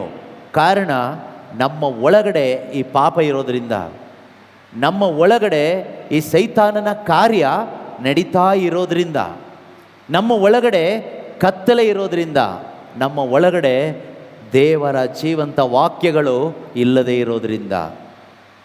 ಪ್ರೀತಿಯ ಸಹೋದರ ಸಹೋದರಿಯರೇ, ಈ ವಾಕ್ಯಗಳನ್ನ ತುಂಬಿಸ್ಕೊಳ್ಳುವ ಒಂದು ಒಳ್ಳೆ ತೀರ್ಮಾನ ಮಾಡಿ, ಆ ವಾಕ್ಯ ನಮ್ಮ ಜೀವನನ ಬದಲಾಯಿಸುತ್ತೆ. ನಮಗೆ ನಿಜವಾದ ಲೈಫ್ ತಂದು ಕೊಡುತ್ತೆ ದೇವರ ವಾಕ್ಯ. ಪಾಪದ ಸಂದರ್ಭಗಳು ಬಂದಾಗ, ಶೋಧನೆ ಬಂದಾಗ, ಸೈತಾನ ಅನೇಕ ರೀತಿಯ ಪ್ರಲೋಭನೆಗಳನ್ನು ತಂದಿಟ್ಟಾಗ ಅದನ್ನು ಜಯಿಸಲಿಕ್ಕೆ ದೇವರ ವಾಕ್ಯ ನಮ್ಮ ಒಳಗಡೆ ಇದ್ದರೆ ಸಾಧ್ಯ ಆಗುತ್ತೆ. ಯೇಸು ನಮಗೆ ತೋರಿಸ್ಕೊಟ್ಟಿದ್ದಾರೆ. ಓದೋಣ 4ನೇ ಅಧ್ಯಾಯ, ಮತ್ತಾಯನ ಶುಭ ಸಂದೇಶ ಅಥವಾ ಲೂಕನ ಶುಭ ಸಂದೇಶ, ಎರಡರಲ್ಲೂ ಇದೆ ಯೇಸು ಸ್ವಾಮಿ ಶೋಧನೆಯನ್ನು ಹೇಗೆ ಜಯಿಸಿದ್ರು ಅಂತ ಇದೆ. ಅಲ್ಲಿ ಸೈತಾನ ಏನು ಹೇಳ್ತಾನೆ ನೋಡೋಣ ಯೇಸು ಸ್ವಾಮಿಗೆ. ಆಗ ಶೋಧಕನು ಬಂದು ನೀನು ದೇವರ ಪುತ್ರನೆಂಬುದು ಸತ್ಯವಾದರೆ, ಕೇಳಿಸ್ಕೊಳ್ಳಿ, ಶೋಧನೆ ಏನು ಗೊತ್ತಾ? ನೀನು ದೇವರ ಪುತ್ರನೆಂಬುದು ಸತ್ಯವಾದರೆ ಈ ಕಲ್ಲುಗಳು ರೊಟ್ಟಿಗಳಾಗಲೆಂದು ಆಜ್ಞೆ ಮಾಡು ಎಂದನು. ಈ ಕಲ್ಲನ್ನು ನೀನು ರೊಟ್ಟಿಯಾಗು ಎಂದು ಆಜ್ಞೆ ಮಾಡು ಅಂತ ಹೇಳ್ತಾನೆ. ನೋಡಿ, ಯಾವ ಸಂದರ್ಭದಲ್ಲಿ ಸೈತಾನ ಶೋಧನೆ ಕೊಡ್ಲಿಕ್ಕೆ ಬಂದ? ಯೇಸು ಸ್ವಾಮಿ ಚೆನ್ನಾಗಿ ಹೊಟ್ಟೆ ತುಂಬಿಸ್ಕೊಂಡು ಊಟ ಮಾಡ್ಕೊಂಡು ಇದ್ದಾಗ ಬಂದಿಲ್ಲ. 40 ದಿನ ಉಪವಾಸ ಇದ್ದು ಪ್ರಾರ್ಥನೆ ಎಲ್ಲ ಮುಗಿದ ಮೇಲೆ ಯೇಸುವಿಗೆ ತುಂಬ ಹಸಿವೆ ಆಯಿತು. ಆಗ ಬಂದ ಶೋಧಕ. ನೋಡು, ನೀನು ದೇವರ ಪುತ್ರ ಅಲ್ವಾ, ನಿನಗೆ ಪವರ್ ಇದೆ ಅಲ್ವಾ, ನೀನೊಂದು ಮಾತು ಹೇಳಿದರೆ ಅದಾಗುತ್ತಲ್ವಾ, ಹಾಗಾದರೆ ಈ ಕಲ್ಲನ್ನು ಎತ್ಕೋ, ರೊಟ್ಟಿ ಆಗಲಿ ಅಂತ ಹೇಳು, ಇದು ರೊಟ್ಟಿ ಆಗುತ್ತೆ, ತಿನ್ಬೋದಲ್ವಾ, ಹಾಗೆ ನಿನ್ನ ಹಸಿವು ನೀಗಿಸ್ಕೋಬೋದಲ್ವಾ.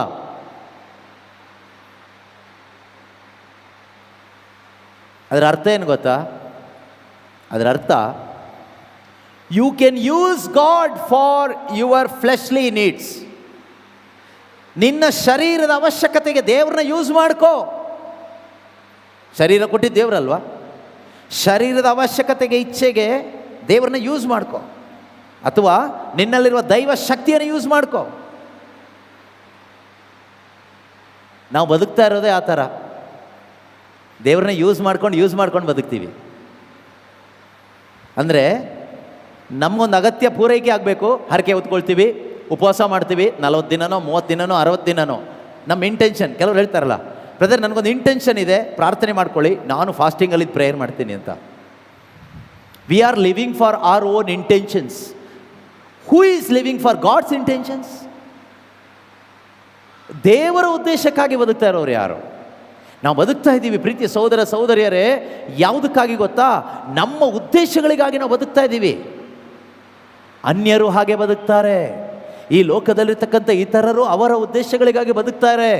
ಹಾಗಾದರೆ ಕ್ರೈಸ್ತ ವಿಶ್ವಾಸಿಗಳಾದ ನಾವು ನಮ್ಮ ಉದ್ದೇಶಗಳಿಗಾಗಿ ಬದುಕೋದಾದರೆ, ಕ್ರಿಸ್ತನ ಉದ್ದೇಶಕ್ಕಾಗಿ, ನಮಗಾಗಿ ಶಿಲುಬೆ ಮೇಲೆ ಸತ್ತು ಸಮಾಧಿ ಮಾಡಲ್ಪಟ್ಟು 3ನೇ ದಿನ ಪುನರುತ್ಥಾನ ಹೊಂದಿದ ಕ್ರಿಸ್ತ ಯೇಸುವಿನ ಉದ್ದೇಶಕ್ಕಾಗಿ, ದೇವರ ಚಿತ್ತಕ್ಕಾಗಿ, ದೇವರ ಮಹಿಮೆಗಾಗಿ ಬದುಕುವವರು ಯಾರು? ಯಾರು ಯಾರು ಬದುಕಬೇಕು? ನಾವು ಸೃಷ್ಟಿಸಲ್ಪಟ್ಟಿದ್ದೇ ಪ್ರೀತಿಯ ಸಹೋದರ ಸಹೋದರಿಯರೇ ದೇವರಿಗಾಗಿ. ನೆನ್ಪಿಟ್ಕೊಳ್ಳಿ, you are created for God. I am created for God. God created everything for himself. ದೇವರು ಪ್ರತಿಯೊಂದನ್ನು ಸೃಷ್ಟಿ ಮಾಡಿದ್ದು ದೇವರಿಗಾಗಿ. ನನ್ನನ್ನು ಸೃಷ್ಟಿ ಮಾಡಿದ್ದು ದೇವರಿಗಾಗಿ, ನಿಮ್ಮನ್ನು ಸೃಷ್ಟಿ ಮಾಡಿದ್ದು ದೇವರಿಗಾಗಿ, ನಿಮ್ಮ ಮಕ್ಕಳನ್ನ ದೇವರು ಕೊಟ್ಟಿದ್ದು ದೇವರಿಗಾಗಿ, ಪ್ರತಿಯೊಂದನ್ನು ದೇವರಿಗಾಗಿ ಸೃಷ್ಟಿ ಮಾಡಿದ್ದು ದೇವರು. ಆದರೆ ಮನುಷ್ಯ ಇವತ್ತು ದೇವರನ್ನ ಯೂಸ್ ಮಾಡ್ಕೊಂಡು ಬದುಕ್ತಾ ಇದ್ದಾನೆ. ಅವನ ಸ್ವಾರ್ಥಕ್ಕಾಗಿ, ಅವನ ಇಚ್ಛೆಗಳನ್ನು, ಉದ್ದೇಶಗಳನ್ನು ಈಡೇರಿಸ್ಕೊಳ್ಳಿಕ್ಕೆ ದೇವರನ್ನು ಯೂಸ್ ಮಾಡಿಕೊಂಡು ಬದುಕ್ತಾ ಇದ್ದಾನೆ. ಎಂಥ ಒಂದು ಬೇಸರದ ವಿಷಯ ಅಲ್ವಾ ಪ್ರೀತಿಯ ಸಹೋದರ ಸಹೋದರಿಯರೇ? ದೇವರಿಗೆ ನಾನು ಯೂಸ್ ಆಗಬೇಕು. Am I truly useful for god today? ನಾನಿವತ್ತು ದೇವರಿಗೆ ಉಪಯೋಗ ಆಗ್ತಾ ಇದ್ದೀನ? ದೇವ್ರನ್ನ ನಾನು ಉಪಯೋಗ ಮಾಡ್ಕೊಳ್ತಾ ಇದ್ದೀನ? ಫಾರ್ ಎಕ್ಸಾಂಪಲ್ ನಾನು ಹೇಳೋದಾದರೆ, ಒಂದು ಸ್ಟೂಡೆಂಟ್ ಪರೀಕ್ಷೆ ಬರೀತಾನೆ. ಪರೀಕ್ಷೆ ಬರೆಯುವಾಗ ದೇವ್ರ ಹತ್ರ ಬಂದು ಪ್ರಾರ್ಥನೆ ಮಾಡ್ತಾನೆ, ದೇವರೇ ನಾನು ಎಕ್ಸಾಮ್ ಬರೆದಿದ್ದೀನಿ, ನನಗೆ ಫಸ್ಟ್ ಕ್ಲಾಸಲ್ಲಿ ಪಾಸ್ ಮಾಡು ಅಂತ. ಓಕೆ, ಒಳ್ಳೆ ಮಾರ್ಕ್ಸ್ ಕೊಟ್ಟು ಪಾಸ್ ಮಾಡು ಅಂತ. ದೇವರು ಒಳ್ಳೆ ಮಾರ್ಕ್ಸ್ ಕೊಡ್ತಾರೆ, ಪಾಸ್ ಮಾಡ್ತಾರೆ ಅಂತ ಇಟ್ಕೊಳ್ಳೋಣ. ಹೋಗಲಿ ಬಿಡು, ಪಾಪ ಕೇಳ್ತಾ ಇದ್ದಾನೆ ಅಂತ ಕೊಡ್ತಾರೆ. ಇನ್ನೊಬ್ಬ ಕೇಳ್ತಾನೆ, ದೇವರೇ ನನಗೆ ಮದುವೆ ಆಗಬೇಕು, ಇನ್ನೂ ಮದುವೆ ಆಗಿಲ್ಲ, ತುಂಬ ಏಜ್ ಆಗಿಬಿಟ್ಟಿದೆ, ದಯವಿಟ್ಟು ಒಂದು ಒಳ್ಳೆ ಜೀವನ ಸಂಗಾತಿ ಕೊಡಿ ದೇವರೇ ಅಂತ ಕೇಳ್ತಾನೆ. ಅವನಿಗೆ ಆಯ್ತು ಬಿಡಿ, ಇವನು ಯಾಕೋ ತುಂಬ ದಿವಸದಿಂದ ಆ ವಿಧವೆ ಟಾರ್ಚರ್ ತಡೆಯೋಕ್ಕಾಗದೆ ಆ ನ್ಯಾಯಾಧೀಶ, ಸರಿ ಇವನಿಗೊಂದು ನ್ಯಾಯ ಕೊಟ್ಬಿಡೋಣ ಇವಳಿಗೆ ಅಂತ ಏನೋ ಮಾಡ್ತಾನಲ್ಲ, ಅದೇ ರೀತಿಯಲ್ಲಿ ದೇವರು ಆಯಿತು ಆಯಿತು, ನಿಂಗೊಂದು ಮದುವೆ ಆಗಲಿ. ಇನ್ನೊಬ್ಬರು ಪ್ರಾರ್ಥನೆ ಮಾಡ್ತಾರೆ, ದೇವರೇ ನನಗೆ ಸ್ವಂತ ಮನೆ ಇಲ್ಲ, ಬಾಡಿಗೆ ಕಟ್ಟಿ ಸಾಕಾಯಿತು, ಒಂದು ಸ್ವಂತ ಸೈಟ್ ಕೊಡಿ, ಒಂದು ಸಣ್ಣ ಸೈಟ್ ಸಾಕು, ಮನೆ ಕೊಡಿ. ದೇವರು ಯೋಚನೆ ಮಾಡ್ತಾರೆ, ಆಯಿತು ತಗೋ, ತುಂಬ ದಿವಸದಿಂದ ಯಾಕೋ ಸುಮಾರು ಕ್ಯಾಂಡ್ಲೆಲ್ಲ ಅಂಟಿಸಿದ್ಯಾ, ತುಂಬ ಮಂಡಿ ಕಾಲಲ್ಲೆಲ್ಲ ನಿಂತ್ಕೊಂಡಿದ್ಯಾ, ಅಲ್ಲಿ ತಲೆಲ್ಲ ಬೋಳಿಸಿ ಪಾಪ ಕಷ್ಟಪಟ್ಟಿದ್ಯಾ, ಆಯಿತು ನಿನಗೊಂದು ಮನೆ ಇರು.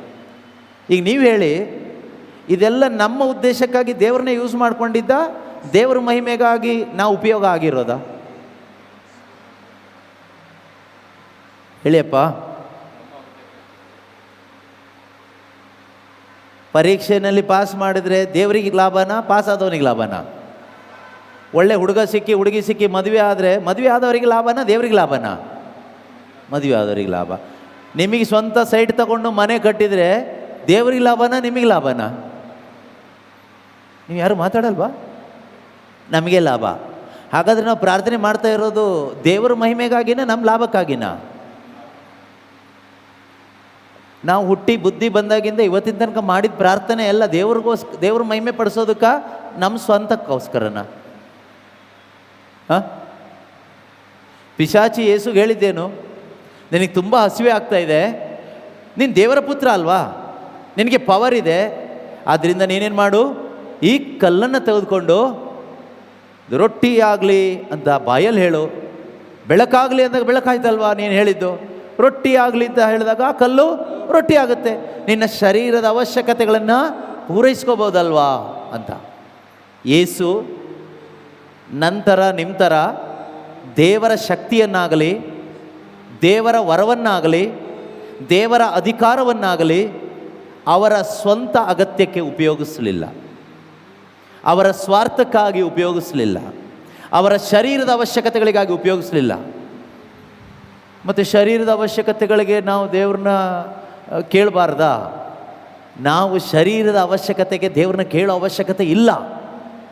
ನಾವು ದೇವರಲ್ಲಿ ವಿಶ್ವಾಸ ಇಟ್ಟು ದೇವರನ್ನ ಡಿಪೆಂಡ್ ಆಗಿ ಬದುಕುವಾಗ ನಮ್ಮ ಶರೀರದ ಅವಶ್ಯಕತೆಗಳನ್ನು ದೇವರು ಪೂರೈಸ್ತಾರೆ. ಯೇಸು ಕ್ರಿಸ್ತರಿಗೆ ಗ್ಯಾರಂಟಿ ಇತ್ತು, ನನ್ನಪ್ಪ ಸಕಲ ಸಾಂತ್ವನವನ್ನು ನೀಡುವಂಥ ದೇವರು ನನ್ನ ಅವಶ್ಯಕತೆಗಳನ್ನು ಪೂರೈಸ್ತಾರೆ. ನಾನು ಅಪ್ಪನ್ನ ಯೂಸ್ ಮಾಡ್ಕೋಬಾರ್ದು, ಅಪ್ಪ ಕೊಟ್ಟಿರುವ ಅಥಾರಿಟಿಯನ್ನು ಯೂಸ್ ಮಾಡ್ಕೋಬಾರ್ದು ನನ್ನ ಸ್ವಾರ್ಥಕ್ಕೋಸ್ಕರ. ಯೂಸ್ ಮಾಡ್ಕೋಬೇಕು ದೇವರ ಮಹಿಮೆಗೋಸ್ಕರ. ಅದಕ್ಕೆ ಯೇಸು ಏನು ಆನ್ಸರ್ ಕೊಟ್ಟರು ಸೈತಾನನಿಗೆ? 4ನೇ ಅಧ್ಯಾಯ 4ನೇ ವಾಕ್ಯ. ಅದಕ್ಕೆ ಯೇಸು ಸ್ವಾಮಿ ಪವಿತ್ರ ಗ್ರಂಥದಲ್ಲಿ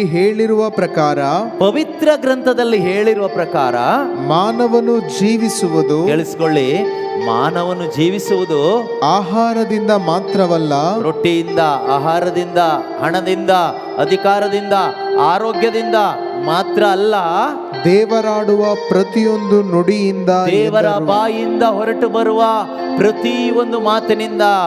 Man shall not live by bread alone, but by every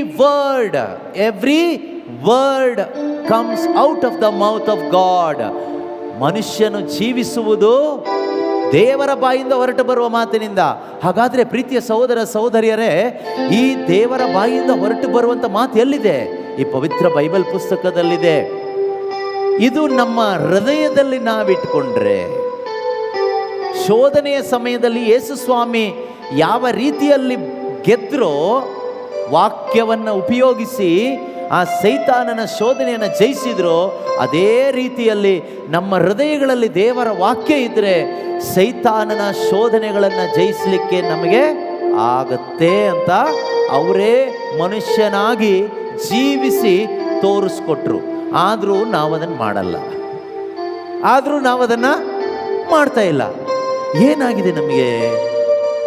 ಅಲ್ಲ ನೋಡಿ, ನಮಗೇನೋ ಒಂದು ಕಾಯಿಲೆ ಬಂದಿದೆ ಅಂತ ಇಟ್ಕೊಳ್ಳೋಣ, ಆಸ್ಪತ್ರೆಗೆ ಹೋಗ್ತೀವಿ.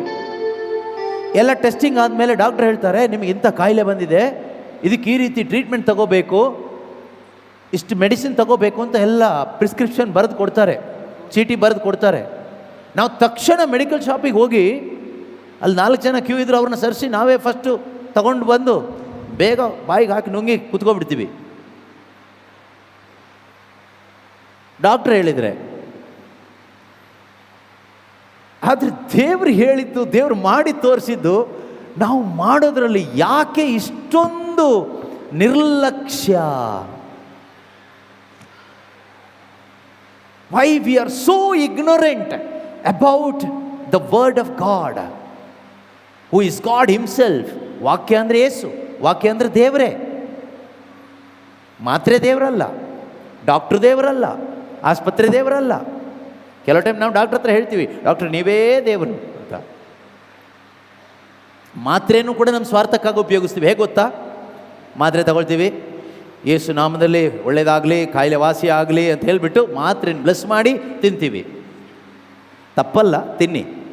ಆದರೆ ಅದನ್ನು ಕೂಡ ನಮ್ಮ ಆರೋಗ್ಯಕ್ಕೋಸ್ಕರ ಉಪಯೋಗಿಸ್ತೀವಿ. ದೇವರ ಮಹಿಮೆಗಾಗಿನ ನಾನು ಬದುಕಬೇಕು ದೇವರೇ, ಆಸ್ಪತ್ರೆಗೆ ಹೋಗ್ತಾ ಇದ್ದೀನಿ, ಒಳ್ಳೆ ಡಾಕ್ಟ್ರ್ ಸಿಗಲಿ, ಡಾಕ್ಟ್ರ್ ಮುಖಾಂತರ ನೀನೇ ಕಾರ್ಯ ಮಾಡಬೇಕು ದೇವರೇ ಅಂತ. ಯಾಕೆ ಹೇಳಿ?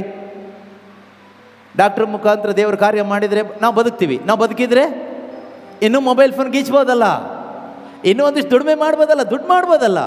ಬೇರೆ ಏನು ಮಾಡೋಕ್ಕಾಗಲ್ಲ. ಬೇರೆ ಏನು ಮಾಡ್ತೀರಾ? ಡಾಕ್ಟ್ರ್ ನಿಮ್ಮ ಪ್ರಾಣ ಉಳಿಸಿದ್ರೆ ಏನು ಮಾಡ್ತೀರಾ? ಇನ್ನೊಂದಿಷ್ಟು ಮೊಬೈಲ್ ಫೋನ್ ನೋಡ್ತಾ ಕೂತ್ಕೊಳ್ತೀರಿ, ವಾಟ್ಸಪ್ಪಲ್ಲಿ ಮೆಸೇಜ್ ಮಾಡ್ತೀರಿ, ದುಡ್ಡು ಮಾಡ್ತೀರಿ, ಮನೆ ಒಂದಿದ್ರೆ ಇನ್ನೊಂದು ಮನೆ ಕಟ್ತೀರಿ, ಮದುವೆ ಆಗದಿದ್ರೆ ಮದುವೆ ಆಗುತ್ತೆ, ಮಕ್ಕಳಾಗದಿದ್ರೆ ಅದಾಯಿತು, ಅದಾದಮೇಲೆ ಲೈಫ್ ಸೆಟ್ಲ್, ಅವ್ರು ಸೆಟ್ಲ್ ಇದ್ದೇ ಅಲ್ವಾ? ಬೇರೆ ಏನು ಸಿಗುತ್ತೆ? ಏನು ಸಿಗುತ್ತೆ? ಯೋಬ ಹೇಳ್ತಾನಲ್ವಾ, ಯೋಬ ಹೇಳಿದರು, ಯಾರು ಹೇಳಿದರು, ನಮ್ಮ ತಲೆ ಒಳಗಡೆ ಇದು ಹೋಗದೆ ಏನು ಕೆಲಸ ಆಗಲ್ಲ. ಯೋಬ ಏನು ಹೇಳ್ತಾನೆ? ಯೋಬನ ಗ್ರಂಥ 1ನೇ ಅಧ್ಯಾಯದಲ್ಲಿ 23ನೇ ವಾಕ್ಯ ಅನಿಸುತ್ತೆ. ಯೋಬ ಹೇಳ್ತಾನೆ, ಬರಿಗೈಯಲ್ಲಿ ಬಂದೆ ನಾನು ತಾಯಿಯ ಗರ್ಭದಿಂದ, ಬರಿಗೈಯಲ್ಲಿ ಹೋಗುವೆ ಇಲ್ಲಿಂದ. ನೋಡಿ ಎಷ್ಟು ಚೆನ್ನಾಗಿದೆ ಅಲ್ವಾ?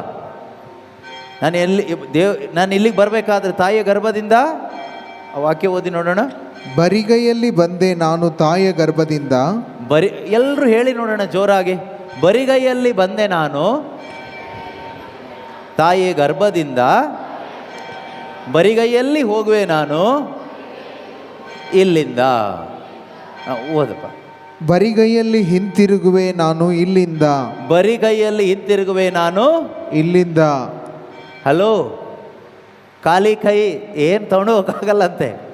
ಕೆಲವ್ರು ಹೇಳ್ತಾರಲ್ಲ, ನಮ್ಮ ತಾತನ ಕಾಲದಿಂದ ನಾವು ಸೇವ್ ಮಾಡಿದ್ದ ಆಸ್ತಿ ಇದು, ನಮ್ಮ ಆಸ್ತಿ, ನಾವು ಕಷ್ಟಪಟ್ಟು ಮಾಡಿದ್ದು, ನಾವು ಬೆವರು ಸುರಿಸಿದ್ದು, ಬೆವರನ್ನು ರಕ್ತವಾಗಿ ಸುರಿಸಿ ನಾವು ಮಾಡಿದ್ದ ಆಸ್ತಿ, ನಾವು ಕಟ್ಟಿದ ಮನೆ, ನಾವು ಓದಿದ್ದು, ನಮ್ಮ ವಿದ್ಯಾಭ್ಯಾಸ, ನಮ್ಮ ಪದವಿಗಳು, ನಮ್ಮ ಸೌಂದರ್ಯ, ನಮ್ಮ ಆರೋಗ್ಯ, ನಮ್ಮ ಸಂಪತ್ತು, ನಮ್ಮ ಕುಟುಂಬದಲ್ಲಿರ್ತಕ್ಕಂಥ ಮಕ್ಕಳು ಮೊಮ್ಮಕ್ಕಳು ಯಾರು ಬರಲ್ಲ, ಹೆಂಡತಿ ಗಂಡ ಯಾರೂ ಇಲ್ಲ.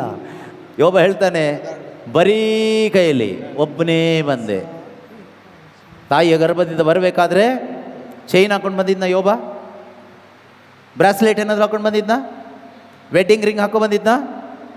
ರೋಸ್ರಿ ಏನಾದರೂ ಹಾಕೊಂಡು ಬಂದಿದ್ನ? ಬೈಬಲ್ ಏನಾದರೂ ಹಿಡ್ಕೊಂಡು ಬಂದಿದ್ನ? ಇಲ್ಲ, ಏನೂ ಇಲ್ಲ. ಬರೀ ಕೈಯಲ್ಲಿ ಬಂದ. ಹೋಗಬೇಕಾದ್ರೆ ಬರೀ ಕೈಯಲ್ಲಿ ಹೋಗ್ತೀನಿ ಅಂತ ಹೇಳ್ದ. ಇದುವರೆಗೂ ನಮ್ಮೂರಲ್ಲಿ ಹೋದವರೆಲ್ಲ ಬರೀ ಕೈಯಲ್ಲೇ ಹೋದರು. ದೊಡ್ಡ ದೊಡ್ಡ ಆಸ್ತಿವಂತರು ಹೋದರು, ಏನೇನೋ ಇದ್ದವ್ರು ಹೋದರು, ಕೆಲವು ದೊಡ್ಡ ದೊಡ್ಡ ಪಾರ್ಟಿಗಳೆಲ್ಲ ಹೋದರು.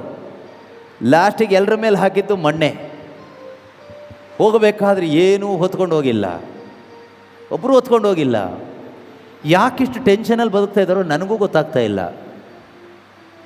ಪಿಶಾಚಿ ಅಷ್ಟು ಒಳಗಡೆ ಸೇರಿಕೊಂಡು ಮನ್ಸಿನ ಟೆನ್ಷನ್ ಕೊಟ್ಟು ಕೊಟ್ಟು ಕೊಟ್ಟು ದುಡಿ ದುಡಿ ದುಡಿ ದುಡ್ಡು ದುಡ್ಡು ದುಡಿ ದುಡಿ ದುಡ್ಡು ದುಡ್ಡು ದುಡ್ಡು ತಿನ್ನು ತಿನ್ನು ತಿನ್ನು, ಅವ್ರು ನೋಡು ಇವ್ರು ನೋಡು, ಅಲ್ಲಿ ನೋಡು ಇಲ್ಲಿ ನೋಡು. ಶಿಲುಬೆ ತೋರಿಸಲ್ಲ ಪಿಶಾಚಿ ನಿಮಗೆ. ಅಲ್ಲಿ ನೋಡು, ಮೇಲೆ ನೋಡು ಶಿಲುಬೆ, ಅದಕ್ಕೊಂದು ಮುತ್ತು ಕೊಟ್ಟು ಹೋಗ್ಬಿಡ್ತೀವಿ ಅಷ್ಟೇ. ಅದೇನು ಅರ್ಥ ಮಾಡ್ಕೋಬೇಕು. ಮುತ್ತು ಕೊಡೋಕಲ್ಲ ಇರೋದು ಶಿಲುಬೆ. You must know what is that. ಆ ಶಿಲುಬೆ ಏನು ಗೊತ್ತಾ? ಆ ಶಿಲುಬೆ ನನ್ನ ರಕ್ಷಣೆಯ ಸಂಕೇತ. ನಾನು ಪಾಪಿಯಾಗಿದ್ದಾಗ ದೇವರು ನನ್ನನ್ನು ಪ್ರೀತಿ ಮಾಡಿ ನನ್ನನ್ನು ದೇವರು ನಿತ್ಯ ಮರಣದಿಂದ ರಕ್ಷಣೆ ಮಾಡಿದರು.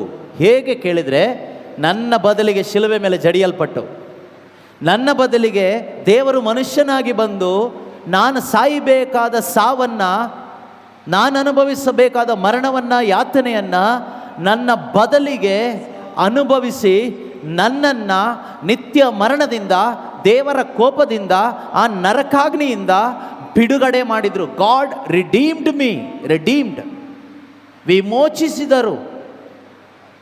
ಸುಮ್ಮನೆ ಅಲ್ಲ, ಬೆಲೆ ಕೊಟ್ಟರು, ನನಗೆ ಕ್ರಯ ಕೊಟ್ಟರು ನನ್ನನ್ನು ಬಿಡುಗಡೆ ಮಾಡಿದ್ದು. ಒಬ್ಬರು ಜೈಲಿಗೆ ಹೋದರೆ ಬೇಲ್ ಕೊಟ್ಟು ಹೊರಗಡೆ ಕರ್ಕೊಂಡು ಬರ್ತೀವಲ್ವಾ, ಹಾಗೆ ನನಗೋಸ್ಕರ ದೇವರು ಕೊಟ್ಟ ಕ್ರಯ ಏನು ಗೊತ್ತಾ? ಕಾಣಿಕೆ ಕೊಟ್ಟಿಲ್ಲ, 100 ರೂಪಾಯಿ ಅಲ್ಲ, 200 ರೂಪಾಯಿ ಅಲ್ಲ. ಬೈಬಲ್ ಹೇಳುತ್ತೆ, 1 ಪೇತ್ರ 1ನೇ ಅಧ್ಯಾಯದಲ್ಲಿ 18ನೇ 19ನೇ ವಾಕ್ಯದಲ್ಲಿ ನಾವು ಓದ್ತೀವಿ, ನನಗೋಸ್ಕರ ನಿಮಗೋಸ್ಕರ ನನ್ನನ್ನು ನಿಮ್ಮನ್ನು ಪೂರ್ವಜರಿಂದ ಪರಂಪರೆಯಾಗಿ ಬಂದಂಥ ನಿರರ್ಥಕ ನಡವಳಿಕೆಯಿಂದ, ಪಾಪದಿಂದ, ಅಶುದ್ಧತೆಯಿಂದ, ಶಾಪದಿಂದ, ದುರಾತ್ಮನ ಕಾರ್ಯಗಳಿಂದ ನನ್ನನ್ನು ನಿಮ್ಮನ್ನು ಬಿಡುಗಡೆ ಮಾಡಲಿಕ್ಕೆ ದೇವರು ಕೊಟ್ಟಂಥ ಬೆಲೆ ಏನು ಕೇಳಿದರೆ, ಅದು ಚಿನ್ನ ಅಲ್ಲ, ಬೆಳ್ಳಿ ಅಲ್ಲ, ಕ್ರಿಸ್ತ ಯೇಸುವಿನ ಅಮೂಲ್ಯ ರಕ್ತವೇ ಆ ಬೆಲೆ, ಅದೇ ಆ ಶಿಲುಬೆ. ದೇವರೇ, ಇಷ್ಟು ಬೆಲೆ ಕೊಟ್ಟು ನನ್ನನ್ನು ನೀನು ಕೊಂಡುಕೊಂಡಿದ್ದೀಯಾ? ನನಗೆ ಅಷ್ಟೊಂದು ಬೆಲೆ ಇದೆಯಾ? ನಮ್ಮ ಮನೇಲೇ ಯಾರೂ ಬೆಲೆ ಕೊಡೋದಿಲ್ಲ, ನಮ್ಮ ಊರಲ್ಲೇ ಯಾರೂ ನನಗೆ ಬೆಲೆ ಕೊಡೋದಿಲ್ಲ, ನಮ್ಮ ಚರ್ಚಲ್ಲೇ ಯಾರೂ ನನಗೆ ಬೆಲೆ ಕೊಡೋದಿಲ್ಲ, ನಮ್ಮ ಸ್ಕೂಲಲ್ಲಿ ಯಾರೂ ಬೆಲೆ ಕೊಡೋದಿಲ್ಲ, ನನ್ನ ಫ್ಯಾಮಿಲಿಯಲ್ಲಿ ಯಾರೂ ನನಗೆ ಬೆಲೆ ಕೊಡೋದಿಲ್ಲ. ನೀನು ನನಗೆ ಬೆಲೆ ಕೊಟ್ಟಿದ್ದೀಯಾ ದೇವರೇ? ಹೌದು ಮಗನೇ, ನಾನು ನಿನಗೆ ಬೆಲೆ ಕೊಟ್ಟಿದ್ದೀನಿ. ನೀನು ನನ್ನ ದೃಷ್ಟಿಗೆ ಅಮೂಲ್ಯನು, ಘನವಂತನು, ಅತಿ ಪ್ರಿಯನು. I proved it. ನಾನು ಅದನ್ನು ಪ್ರೂವ್ ಮಾಡಿದ್ದೀನಿ. ಹೇಗೆ? ನಿನಗೆ ಬೆಲೆ ಕೊಟ್ಟು ನಾನು ಕೊಂಡ್ಕೊಂಡೆ. ನೀನು ಕೈದಿಯಾಗಿದ್ದೆ, ಬಟ್ ಐ ರಿಡೀಮ್ಡ್ ಯು. ನಾನು ವಿಮೋಚಿಸಿದೆ. ಇನ್ನು ಎಲ್ಲಿ ಕೈದಿಯಾಗಿದ್ದೆ? ಪಾಪದ ಬಂಧನದಲ್ಲಿ ಕೈದಿಯಾಗಿದ್ದೆ. ಹಾಗೆ ಇದ್ದು ಸತ್ತೋಗಿದ್ರೆ ನರಕ ಇತ್ತು, ಆದರೆ ನಾನು ಅಲ್ಲಿಂದ ನಿನ್ನನ್ನು ಬಿಡುಗಡೆ ಮಾಡಿದೆ. ಆ ಶಿಲುಬೆ ನೋಡುವಾಗ ನಮಗದು ಅರ್ಥ ಆಗಬೇಕು. ನಮ್ಮೊಳಗಡೆ ಪವಿತ್ರಾತ್ಮರಿದ್ದರೆ ಶಿಲುಬೆ ತೋರಿಸ್ತಾರೆ, ನಮ್ಮೊಳಗಡೆ ಪಿಶಾಚಿ ಇದ್ದರೆ ಲೋಕ ಮಾತ್ರ ತೋರಿಸ್ತಾನೆ. ಬರೀ ಲೋಕದಲ್ಲಿ ಏನು ನಡೀತಾ ಇದೆ ಎಲ್ಲ ತೋರಿಸ್ತಾನೆ. ಅಕ್ಕಪಕ್ಕದ ಮನೆಯವ್ರನ್ನ ತೋರಿಸ್ತಾನೆ, ಅವ್ರು ಎಷ್ಟು ಚೆನ್ನಾಗಿ ಮನೆ ಕಟ್ಟಿದ್ದಾರೆ, ಅವ್ರ ಮಕ್ಕಳನ್ನ ಚೆನ್ನಾಗಿ ಎಷ್ಟು ಚೆನ್ನಾಗಿ ಓದಿಸಿದ್ದಾರೆ, ಇವ್ರು ಹೇಗೆ ಮದುವೆ ಮಾಡಿಸಿದ್ದಾರೆ, ಇವ್ರು ಗ್ರ್ಯಾಂಡಾಗಿ ಹೇಗೆ ಬದುಕ್ತಾ ಇದ್ದಾರೆ, ಅವ್ರು ಹೇಗೆ ಕಾರಲ್ಲಿ ಭಾನುವಾರ ಚರ್ಚಿಗೆ ಬಂದು ಹೋಗ್ತಾ ಇದ್ದಾರೆ, ಇದೆಲ್ಲ ಪಿಶಾಚಿ ತೋರಿಸ್ತಾನೆ. ಪರಿಶುದ್ಧಾತ್ಮರು ಇದು ಯಾವುದು ತೋರಿಸಲ್ಲ. ಪರಿಶುದ್ಧಾತ್ಮರು ತೋರಿಸೋದು ಯಾವತ್ತೂ ಒಬ್ಬರನ್ನೇ ತೋರಿಸೋದು, ಏಸು ಏಸು ಏಸು ಏಸು ಏಸು ಏಸು ಏಸು ಏಸು. ಏಸು ಸಾಕು ನಮಗೆ, ಬದುಕಲಿಕ್ಕೆ ಏಸು ಸಾಕು. ಅದನ್ನೇ ಏಸು ಹೇಳಿದ್ದು, ಮಾನವನು ಜೀವಿಸುವುದು ರೊಟ್ಟಿಯಿಂದ ಅಲ್ಲ, ದೇವರ ಬಾಯಿಂದ ಹೊರಟು ಬರುವ ಮಾತು, ಅದೇ ಮಾತು ಏಸು. ಆ ಓದಿ ನೋಡೋಣ. 1 ಪೇತ್ರ 1ನೇ ಅಧ್ಯಾಯ 17, 18, 19ನೇ ವಾಕ್ಯ ಅನಿಸುತ್ತೆ. ಓದಿ. ದೇವರು ನಮ್ಮನ್ನು ನಮ್ಮ ಪೂರ್ವಜರಿಂದ ಬಂದ ಅಲ್ಲಿಂದ ನಿರರ್ಥಕ ನಡವಳಿಕೆಯಿಂದ ಬಿಡುಗಡೆ ಮಾಡಲು ನಿಮ್ಮ ಪೂರ್ವಜರಿಂದ ಪರಂಪರೆಯಾಗಿ ಬಂದಿರುವ ನಿರರ್ಥಕ ನಡವಳಿಕೆಯಿಂದ ನಿಮ್ಮನ್ನು ಬಿಡುಗಡೆ ಮಾಡಲು, ನನ್ನನ್ನು, ಈ ನಿಮ್ಮನ್ನು ಅಂತ ಹೇಳುವ ಯಾರನ್ನೂ ಅಲ್ಲ, ನನ್ನನ್ನು ಅಂತ ತಗೊಳ್ಳಿ, ವೈಯಕ್ತಿಕವಾಗಿ ತೆಗೆದುಕೊಳ್ಳಿ ಪ್ರಿಯರೇ, ಪರ್ಸ್ನಲ್ ಆಗಿ ತೆಗೆದುಕೊಳ್ಳಿ. ಯಾವ ರೀತಿ ಗೊತ್ತಾ? ನಾನು ಜೈಲಲ್ಲಿದ್ದೆ, ಸೆಂಟ್ರಲ್ ಜೈಲಲ್ಲಿದ್ದೆ, ಜೀವಾವಧಿ ಶಿಕ್ಷೆ ಅಥವಾ ಮರಣ ಶಿಕ್ಷೆಗೆ ಒಳಗಾಗಿದೆ. ಆ ರೀತಿ ತಗೊಳ್ಳಿ, ಆಯಿತಾ? ಪ್ರತಿಯೊಬ್ಬರು ಹಾಗೆ ಇದ್ವಿ ನಾವು, ಕೈದಿಗಳಾಗಿ ಮರಣ ಶಿಕ್ಷೆಗೆ, ನಿತ್ಯ ಮರಣ ಶಿಕ್ಷೆಗೆ ಒಳಗಾಗಿ ಇದ್ವಿ. ಆ ಪರಿಸ್ಥಿತಿ ಇತ್ತು ನಮಗೆ. ಹೇಗಿರ್ಬೋದು ಪರಿಸ್ಥಿತಿ ಅಲ್ವಾ? ಯಾರೋ ಒಬ್ಬರು ಜೈಲಲ್ಲಿದ್ದಾರೆ, ಅವರಿಗೆ ಮರಣ ದಂಡನೆ ವಿಧಿಸಲಾಗಿದೆ, ಅವನ ಪರಿಸ್ಥಿತಿ ಹೇಗಿರುತ್ತೆ ಹೇಳಿ? ಮರಣದಂಡನೆ ವಿಧಿಸಿದರೆ ಪರವಾಗಿಲ್ಲ, ಯಾಕೆಂದರೆ ಒಂದೇ ಸರಿ ಸಾಯೋದು. ಆದರೆ ನರಕದಲ್ಲಿರುವ ಸಾವಿದೆಯಲ್ಲ, ಒಂದು ದಿನ ಅಲ್ಲ, every day you are experiencing death. No God's presence, ದೇವರ ಸಾನ್ನಿಧ್ಯ ಇಲ್ಲ. ಪ್ರತಿದಿನ ಆ ಯಾತನೆ, ಘೋರವಾದ ಯಾತನೆ, ಆ ನರಕದಲ್ಲಿ ಬೆಂಕಿ, ಆ ಯಾತನೆಯ ಜೀವನ, ಅದು ನಿತ್ಯಕ್ಕೂ, ಒಂದು ದಿನ ಅಲ್ಲ. ಯೇಸು ಈ ಭೂಮಿಗೆ ಬಂದಿದ್ದು ಯಾರು ಶ್ರೀಮಂತರು ಮಾಡಲಿಕ್ಕೋ, ಯಾರ್ದೋ ಕಾಯಿಲೆ ವಾಸಿ ಮಾಡಿ ಕಿಡ್ನಿ ಕೊಟ್ಬಿಟ್ಟು ಹೋಗ್ಲಿಕ್ಕಲ್ಲ ಪ್ರಿಯರೇ. ಈ ನಿತ್ಯಾಗ್ನಿಯಿಂದ, ಈ ಮಹಾಯಾತನೆಯಿಂದ, ಈ ದೇವರ ಕೋಪದಿಂದ, ಈ ದಂಡನೆಯಿಂದ, ಈ ದಂಡನ ತೀರ್ಪಿನಿಂದ ನನ್ನನ್ನು ನಿನ್ನನ್ನು ವಿಮೋಚನೆ ಮಾಡಲಿಕ್ಕೆ ಯೇಸು ಈ ಪ್ರೈಸ್ ಕೊಟ್ಟಿದ್ದು. ಈ ತಪಸ್ಕಾಲದಲ್ಲಿ ಇದು ನಮ್ಗೆ ಅರ್ಥ ಆಗಬೇಕು. ಇದು ಅರ್ಥ ಆಗಿ ನಮ್ಮ ಪಾಪ ಜೀವಿತದಿಂದ ಹೊರಗೆ ಬಂದು ಇನ್ನು ಮುಂದೆ ನಾನು ಬದುಕೋದಾದರೆ ಅದು ಒಬ್ಬರಿಗೋಸ್ಕರ ಮಾತ್ರನೇ, ನನ್ನನ್ನು ಕೊಂಡುಕೊಂಡವನಿಗೋಸ್ಕರ ಬದುಕ್ತೀನಿ ಅಂತ ಹೇಳಬೇಕು. ನನ್ನನ್ನು ಒಬ್ಬರು ಕೊಂಡುಕೊಂಡಿದ್ದಾರೆ, ಅವರಿಗಾಗಿ ನಾನು ಬದುಕ್ತೀನಿ. I am not my property. ನಾನು ನನ್ನ ಸ್ವತ್ತಲ್ಲ, because I am bought by a price. ನಾನೊಂದು ಕ್ರಯಕ್ಕೆ ಕೊಳ್ಳಲ್ಪಟ್ಟಿದ್ದೇನೆ. ನೀವೊಂದು ಮೊಬೈಲ್ ಫೋನ್ ದುಡ್ಡು ಕೊಟ್ಟು ತೊಗೊಂಡು ಬಂದರೆ ನೀವು ಹೇಳ್ತೀರಿ ಇದು ನನ್ನ ಫೋನ್ ಅಂತ ಹೇಳ್ತೀರಿ. ಇದನ್ನು ಮ್ಯಾನುಫ್ಯಾಕ್ಚರ್ ಮಾಡಿದ ಯಾವುದೋ ಕಂಪನಿ ಇರ್ಬೋದು, ಸ್ಯಾಮ್ಸಂಗೋ ಯಾವುದೋ ಕಂಪನಿಯವರು ಇದನ್ನು ಮ್ಯಾನುಫ್ಯಾಕ್ಚರ್ ಮಾಡಿರ್ಬೋದು. ಆದರೆ ಇವತ್ತು ನೀವು ಧೈರ್ಯವಾಗಿ ಹೇಳ್ತೀರಿ ಇದು ನನ್ನ ಫೋನ್. ಸ್ಯಾಮ್ಸಂಗ್ ಕಂಪನಿಯವನು ಬಂದು ಇದು ನಾನು ಮಾಡಿದ್ದು ಅಂತ ಹೇಳಿದರು, ನೀವು ಹೇಳ್ತೀರಿ no, this is my phone, I paid for this. ನಾನು ಇದಕ್ಕೆ ಹಣ ಕೊಟ್ಟಿದ್ದೇನೆ, ಕ್ರಯ ಕೊಟ್ಟಿದ್ದೇನೆ, because I paid money amount for this phone, this is mine, this is my property ಅಂತ ಧೈರ್ಯವಾಗಿ ನಿಮಗೆ ಹೇಳಲಿಕ್ಕಾಗುತ್ತೆ. You will show the bill ತೋರಿಸ್ತೀರಿ, ನಾನು ಕೊಟ್ಟಿದ್ದೀನಿ ನೋಡು ಅಂತ. ಪ್ರೀತಿಯ ಸಹೋದರ ಸಹೋದರಿಯರೇ, ಅದೇ ರೀತಿಯಲ್ಲಿ ಯೇಸು ಕ್ರಿಸ್ತರು ಕ್ರಯ ಕೊಟ್ಟಿದ್ದಾರೆ. ಕ್ರಯ ಕೊಟ್ಟು ನನ್ನನ್ನು ಕೊಂಡುಕೊಂಡಿದ್ದಾರೆ. ಇದು ನಮ್ಗೆ ಒಳಗೆ ಹೋಗಬೇಕು, ಇದು ನಮ್ಗೆ ಅರ್ಥ ಆಗಬೇಕು. ಇದು ಅರ್ಥ ಆಗದೆ ಕ್ರೈಸ್ತರಾಗಿ ಬದುಕಲಿಕ್ಕೆ ಆಗೋದಿಲ್ಲ. ನಮ್ಮ ಕ್ರೈಸ್ತ ಜೀವನ ಪ್ರಾರಂಭ ಆಗೋದೇ ಕ್ರಿಸ್ತನ ಮುಖಾಂತರ. ಕ್ರಿಸ್ತನನ್ನು ಬಿಟ್ಟು ಕ್ರೈಸ್ತ ಜೀವನ ಇಲ್ಲ. ಆದರೆ ಇವತ್ತು ಬದುಕ್ತಾ ಇರೋದು ಮೆಜಾರಿಟಿ ಕ್ರಿಸ್ತ ಇಲ್ಲದ ಕ್ರೈಸ್ತ ಜೀವನ. ಕೇವಲ ಒಂದಿಷ್ಟು ಸಂಪ್ರದಾಯಗಳು, ಆಚಾರ ವಿಚಾರಗಳು, ಬಾಹ್ಯ ಆಚರಣೆಗಳು ಮಾತ್ರ ಇದೆ. ಅದೆಲ್ಲ ಕಡೆಗೂ ಇದೆ. There is no true life, there is no true power. ಇವತ್ತೇನಾಗಿದೆ ಕುಟುಂಬಗಳು, ಕ್ರೈಸ್ತ ಕುಟುಂಬಗಳ ಪರಿಸ್ಥಿತಿ ನೋಡಿದರೆ ನಮಗೆ ಗೊತ್ತಾಗುತ್ತೆ. ಯೇಸುಗಾಗಿ ಬದುಕಬೇಕು ಅನ್ನೋ ಮಕ್ಕಳು ಎಲ್ಲಿದ್ದಾರೆ? ಓದಬೇಕು, ದುಡಿಬೇಕು, ದುಡ್ಡು ಮಾಡಬೇಕು, ಕೆಲಸ ಮಾಡಬೇಕು ಅನ್ನೋರು ಇದ್ದಾರೆ. ಕ್ರಿಸ್ತನಿಗಾಗಿ ನಾನು ಬದುಕಬೇಕು, ದೇವರನ್ನ ಮಹಿಮೆ ಪಡಿಸ್ಬೇಕು, ನನ್ನನ್ನು ದೇವರು ಕೊಂಡುಕೊಂಡಿದ್ದಾರೆ, ಯೇಸು ಕೊಂಡುಕೊಂಡಿದ್ದಾರೆ. ಧೈರ್ಯವಾಗಿ ಹೇಳಲಿಕ್ಕಾಗುತ್ತೆ ಇವತ್ತು ಮಕ್ಕಳಿಗೆ? ಅಪ್ಪ ಅಮ್ಮಂಗೆ ಹೇಳಲಿಕ್ಕಾಗುತ್ತಾ? ಅಪ್ಪ ನೀನು ನನ್ನ ಕೊಂಡುಕೊಳ್ಳಿಲ್ಲ, ನನಗೆ ಜನ್ಮ ಕೊಟ್ಟಿರ್ಬೋದು, ಆದರೆ ನನ್ನನ್ನು ಒಬ್ಬರು ಕೊಂಡುಕೊಂಡಿದ್ದಾರೆ. ನಾನೀಗ ನಿನ್ನ ಪ್ರಾಪರ್ಟಿ ಅಲ್ಲಪ್ಪ, ಪರಲೋಕದಲ್ಲಿ ಒಬ್ಬರಿದ್ದಾರೆ, ಅವ್ರ ಪ್ರಾಪರ್ಟಿ ನಾನು. ಹೇಳ್ತಾರ ಯಾರಾದರೂ? ಹೇಳಲ್ಲ ಅಲ್ವಾ? ಹೇಳಬೇಕಂದ್ರೆ ಅವರ ಒಳಗಡೆ ದೇವರ ಆತ್ಮ ಬಂದು ಅವರಿಗೆ ಅರ್ಥ ಆಗಬೇಕು. ಯೇಸು ನನಗೋಸ್ಕರ ಏನು ಮಾಡಿದ್ದಾರೆ, what Jesus Christ has done for me. ನನಗೋಸ್ಕರ ಕ್ರಿಸ್ತ ಏನು ಮಾಡಿದ್ದಾನೆ ಅನ್ನೋದು ನಮಗೆ ಅರ್ಥ ಆದಾಗ ಮಾತ್ರ. ಪ್ಲೀಸ್. ನಿಮ್ಮ ಪೂರ್ವಜರಿಂದ ಪರಂಪರೆಯಾಗಿ ಬಂದಿರುವ ನಿರರ್ಥಕ ನಡವಳಿಕೆಯಿಂದ, ನಿಮ್ಮ ಪೂರ್ವಜರಿಂದ ಪರಂಪರೆಯಾಗಿ ಬಂದಿರುವ ನಿರರ್ಥಕ ನಡವಳಿಕೆಯಿಂದ ನಿಮ್ಮನ್ನು ಬಿಡುಗಡೆ ಮಾಡಲು, ನಿಮ್ಮನ್ನ ರಿಲೀಸ್ ಮಾಡಲು, ಬಿಡುಗಡೆ ಮಾಡಲು, ವಿಮೋಚಿಸಲು ಕೊಡಲಾದ ಬೆಲೆಯು ಎಂಥದ್ದೆಂದು ನಿಮಗೆ ತಿಳಿದಿದೆ. ಎಂಥದ್ದು ಎಂದು ನಿಮಗೆ ತಿಳಿದಿದೆ. ಅದು ನಶಿಸಿ ಹೋಗುವ ಬೆಳ್ಳಿ ಬಂಗಾರವಲ್ಲ, ಬದಲಿಗೆ ಯಾವ ನ್ಯೂನ್ಯತೆಯೂ ಇಲ್ಲದ, ಯಾವ ಕಳಂಕವೂ ಇಲ್ಲದ ಬಲಿಯ ಕುರಿಮರಿಯಂತ ಕ್ರಿಸ್ತ ಯೇಸುವಿನ ಅಮೂಲ್ಯ ರಕ್ತವೇ ಆ ಬೆಲೆ. ಯೇಸುವಿನ ರಕ್ತಕ್ಕೆ ಸ್ತೋತ್ರವಾಗಲಿ, ಯೇಸುವಿನ ನಾಮಕ್ಕೆ ಸ್ತೋತ್ರವಾಗಲಿ. ಬಲಿಯ ಕುರಿಮರಿಯಂತಹ ಕ್ರಿಸ್ತ ಯೇಸುವಿನ ಅಮೂಲ್ಯ ರಕ್ತವೇ ಆ ಬೆಲೆ. ಯೇಸು ಕ್ರಿಸ್ತರು ತಮ್ಮ ರಕ್ತವನ್ನು ಕೊಟ್ಟಿದ್ದಾರೆ. ಬೈಬಲ್ ಪ್ರಕಾರ, ದೇವರ ಪ್ರಕಾರ ರಕ್ತದಲ್ಲಿ ಜೀವ ಇದೆ. There is life in the blood. ಆದ್ದರಿಂದಾನೇ ಯಹೂದ್ಯರಿಗೆ ದೇವರೊಂದು ನಿಯಮ ಕೊಟ್ಟರು. ಏನು ನಿಯಮ ಕೊಟ್ಟರು ಅಂದರೆ, ನೀವು ಮಾಂಸ ತಿನ್ಬೋದು, ರಕ್ತ ತಿನ್ನಬಾರ್ದು. ಯಾಕೆ ರಕ್ತ ತಿನ್ನಬಾರ್ದು ಅಂದರೆ, ರಕ್ತದಲ್ಲಿ ಜೀವ ಇದೆ. ನೀವು ಹಾಗೆ ರಕ್ತವನ್ನು ತಿನ್ನುವಾಗ ಜೀವ ತಿಂದ ಹಾಗಾಗ್ತದೆ. ಆದ್ದರಿಂದ ಡೋಂಟ್ ಈಟ್ ಬ್ಲಡ್ ತಿನ್ನಬೇಡಿ ಅಂತ. ರಕ್ತದಲ್ಲಿ ಜೀವ ಇದೆ. ಯೇಸು ತಮ್ಮ ರಕ್ತ ಕೊಟ್ಟರು ಅಂದರೆ ಜೀವ ಕೊಟ್ಟರು ಅಂತ. ಎಷ್ಟು ಕೊಟ್ಟರು ಕೇಳಿದ್ರೆ ಪೂರ್ತಿ ಕೊಟ್ಟರು ಪ್ರಿಯರೇ.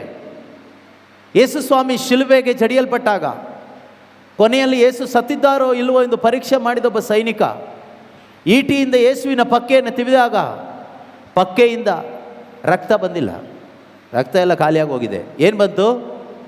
ನೀರು ಬಂತಂತೆ, ಪ್ಲಾಸ್ಮಾ.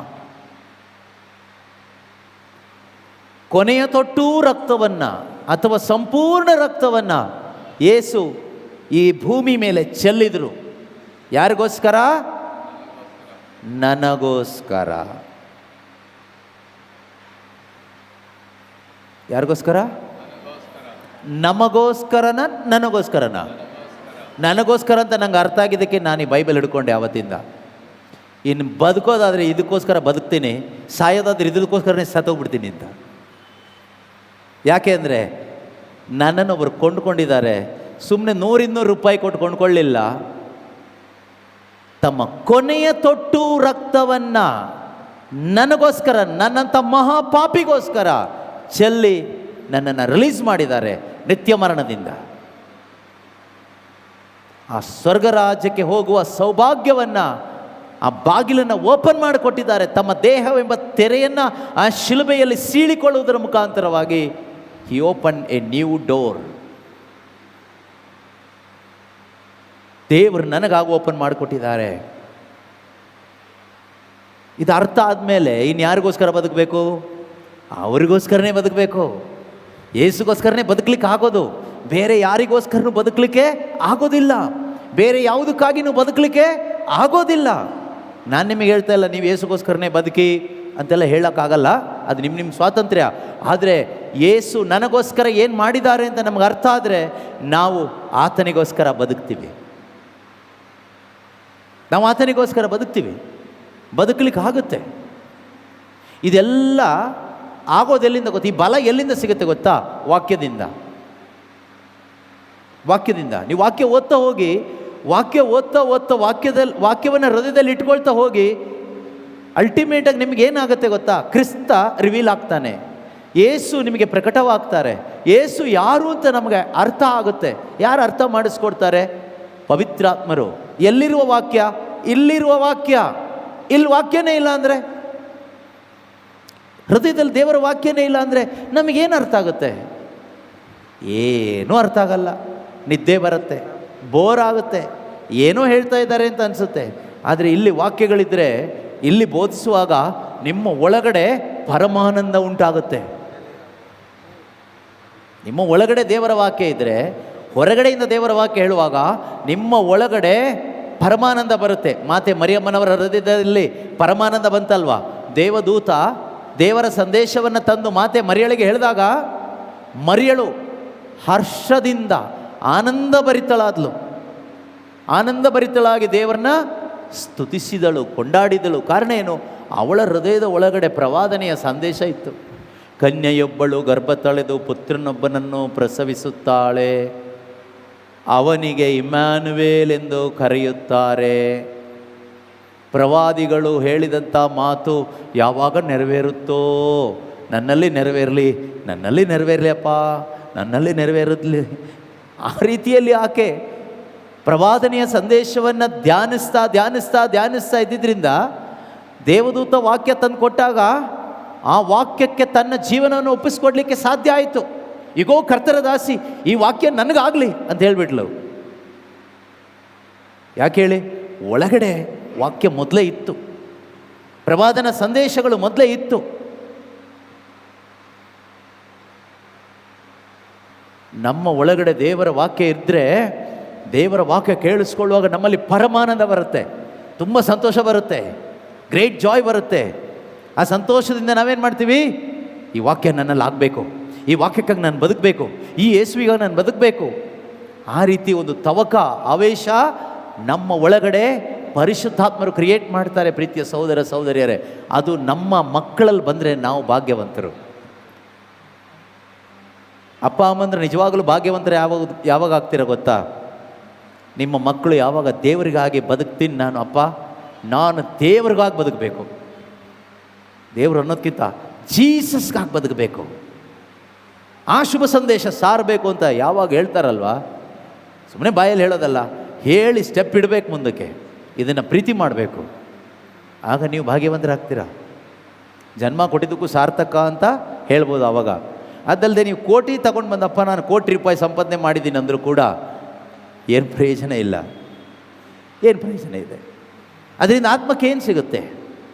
ಏನು ಸಿಗೋದಿಲ್ಲ. ಅದರಿಂದ ನೆನ್ಪಿಡಿ, ನಮ್ಮ ಹೃದಯದ ಒಳಗಡೆ ನಾವು ಇಟ್ಕೋಬೇಕಾಗಿದ್ದೇನು? ದೇವರ ವಾಕ್ಯ. ದೇವರ ವಾಕ್ಯಗಳನ್ನು ನಮ್ಮ ಹೃದಯದಲ್ಲಿ ನಾವು ಇಟ್ಕೊಂಡು ನಾವು ಬದುಕುವಾಗ, ಪ್ರೀತಿಯ ಸಹೋದರ ಸಹೋದರಿಯರೇ, ಆ ವಾಕ್ಯ ನಮ್ಮನ್ನು ದೇವರ ದಾರಿಯಲ್ಲಿ ನಡೆಸುತ್ತೆ. ದೇವರ ವಾಕ್ಯ ಯಾರ ಹೃದಯದೊಳಗಡೆ ಇರೋದಿಲ್ವೋ ಅವರು ಅವರ ದಾರಿಯಲ್ಲಿ ನಡೀತಾರೆ, ಲೋಕದ ದಾರಿಯಲ್ಲಿ ನಡೀತಾರೆ, ಸೈತಾನನ ದಾರಿಯಲ್ಲಿ ನಡೀತಾರೆ.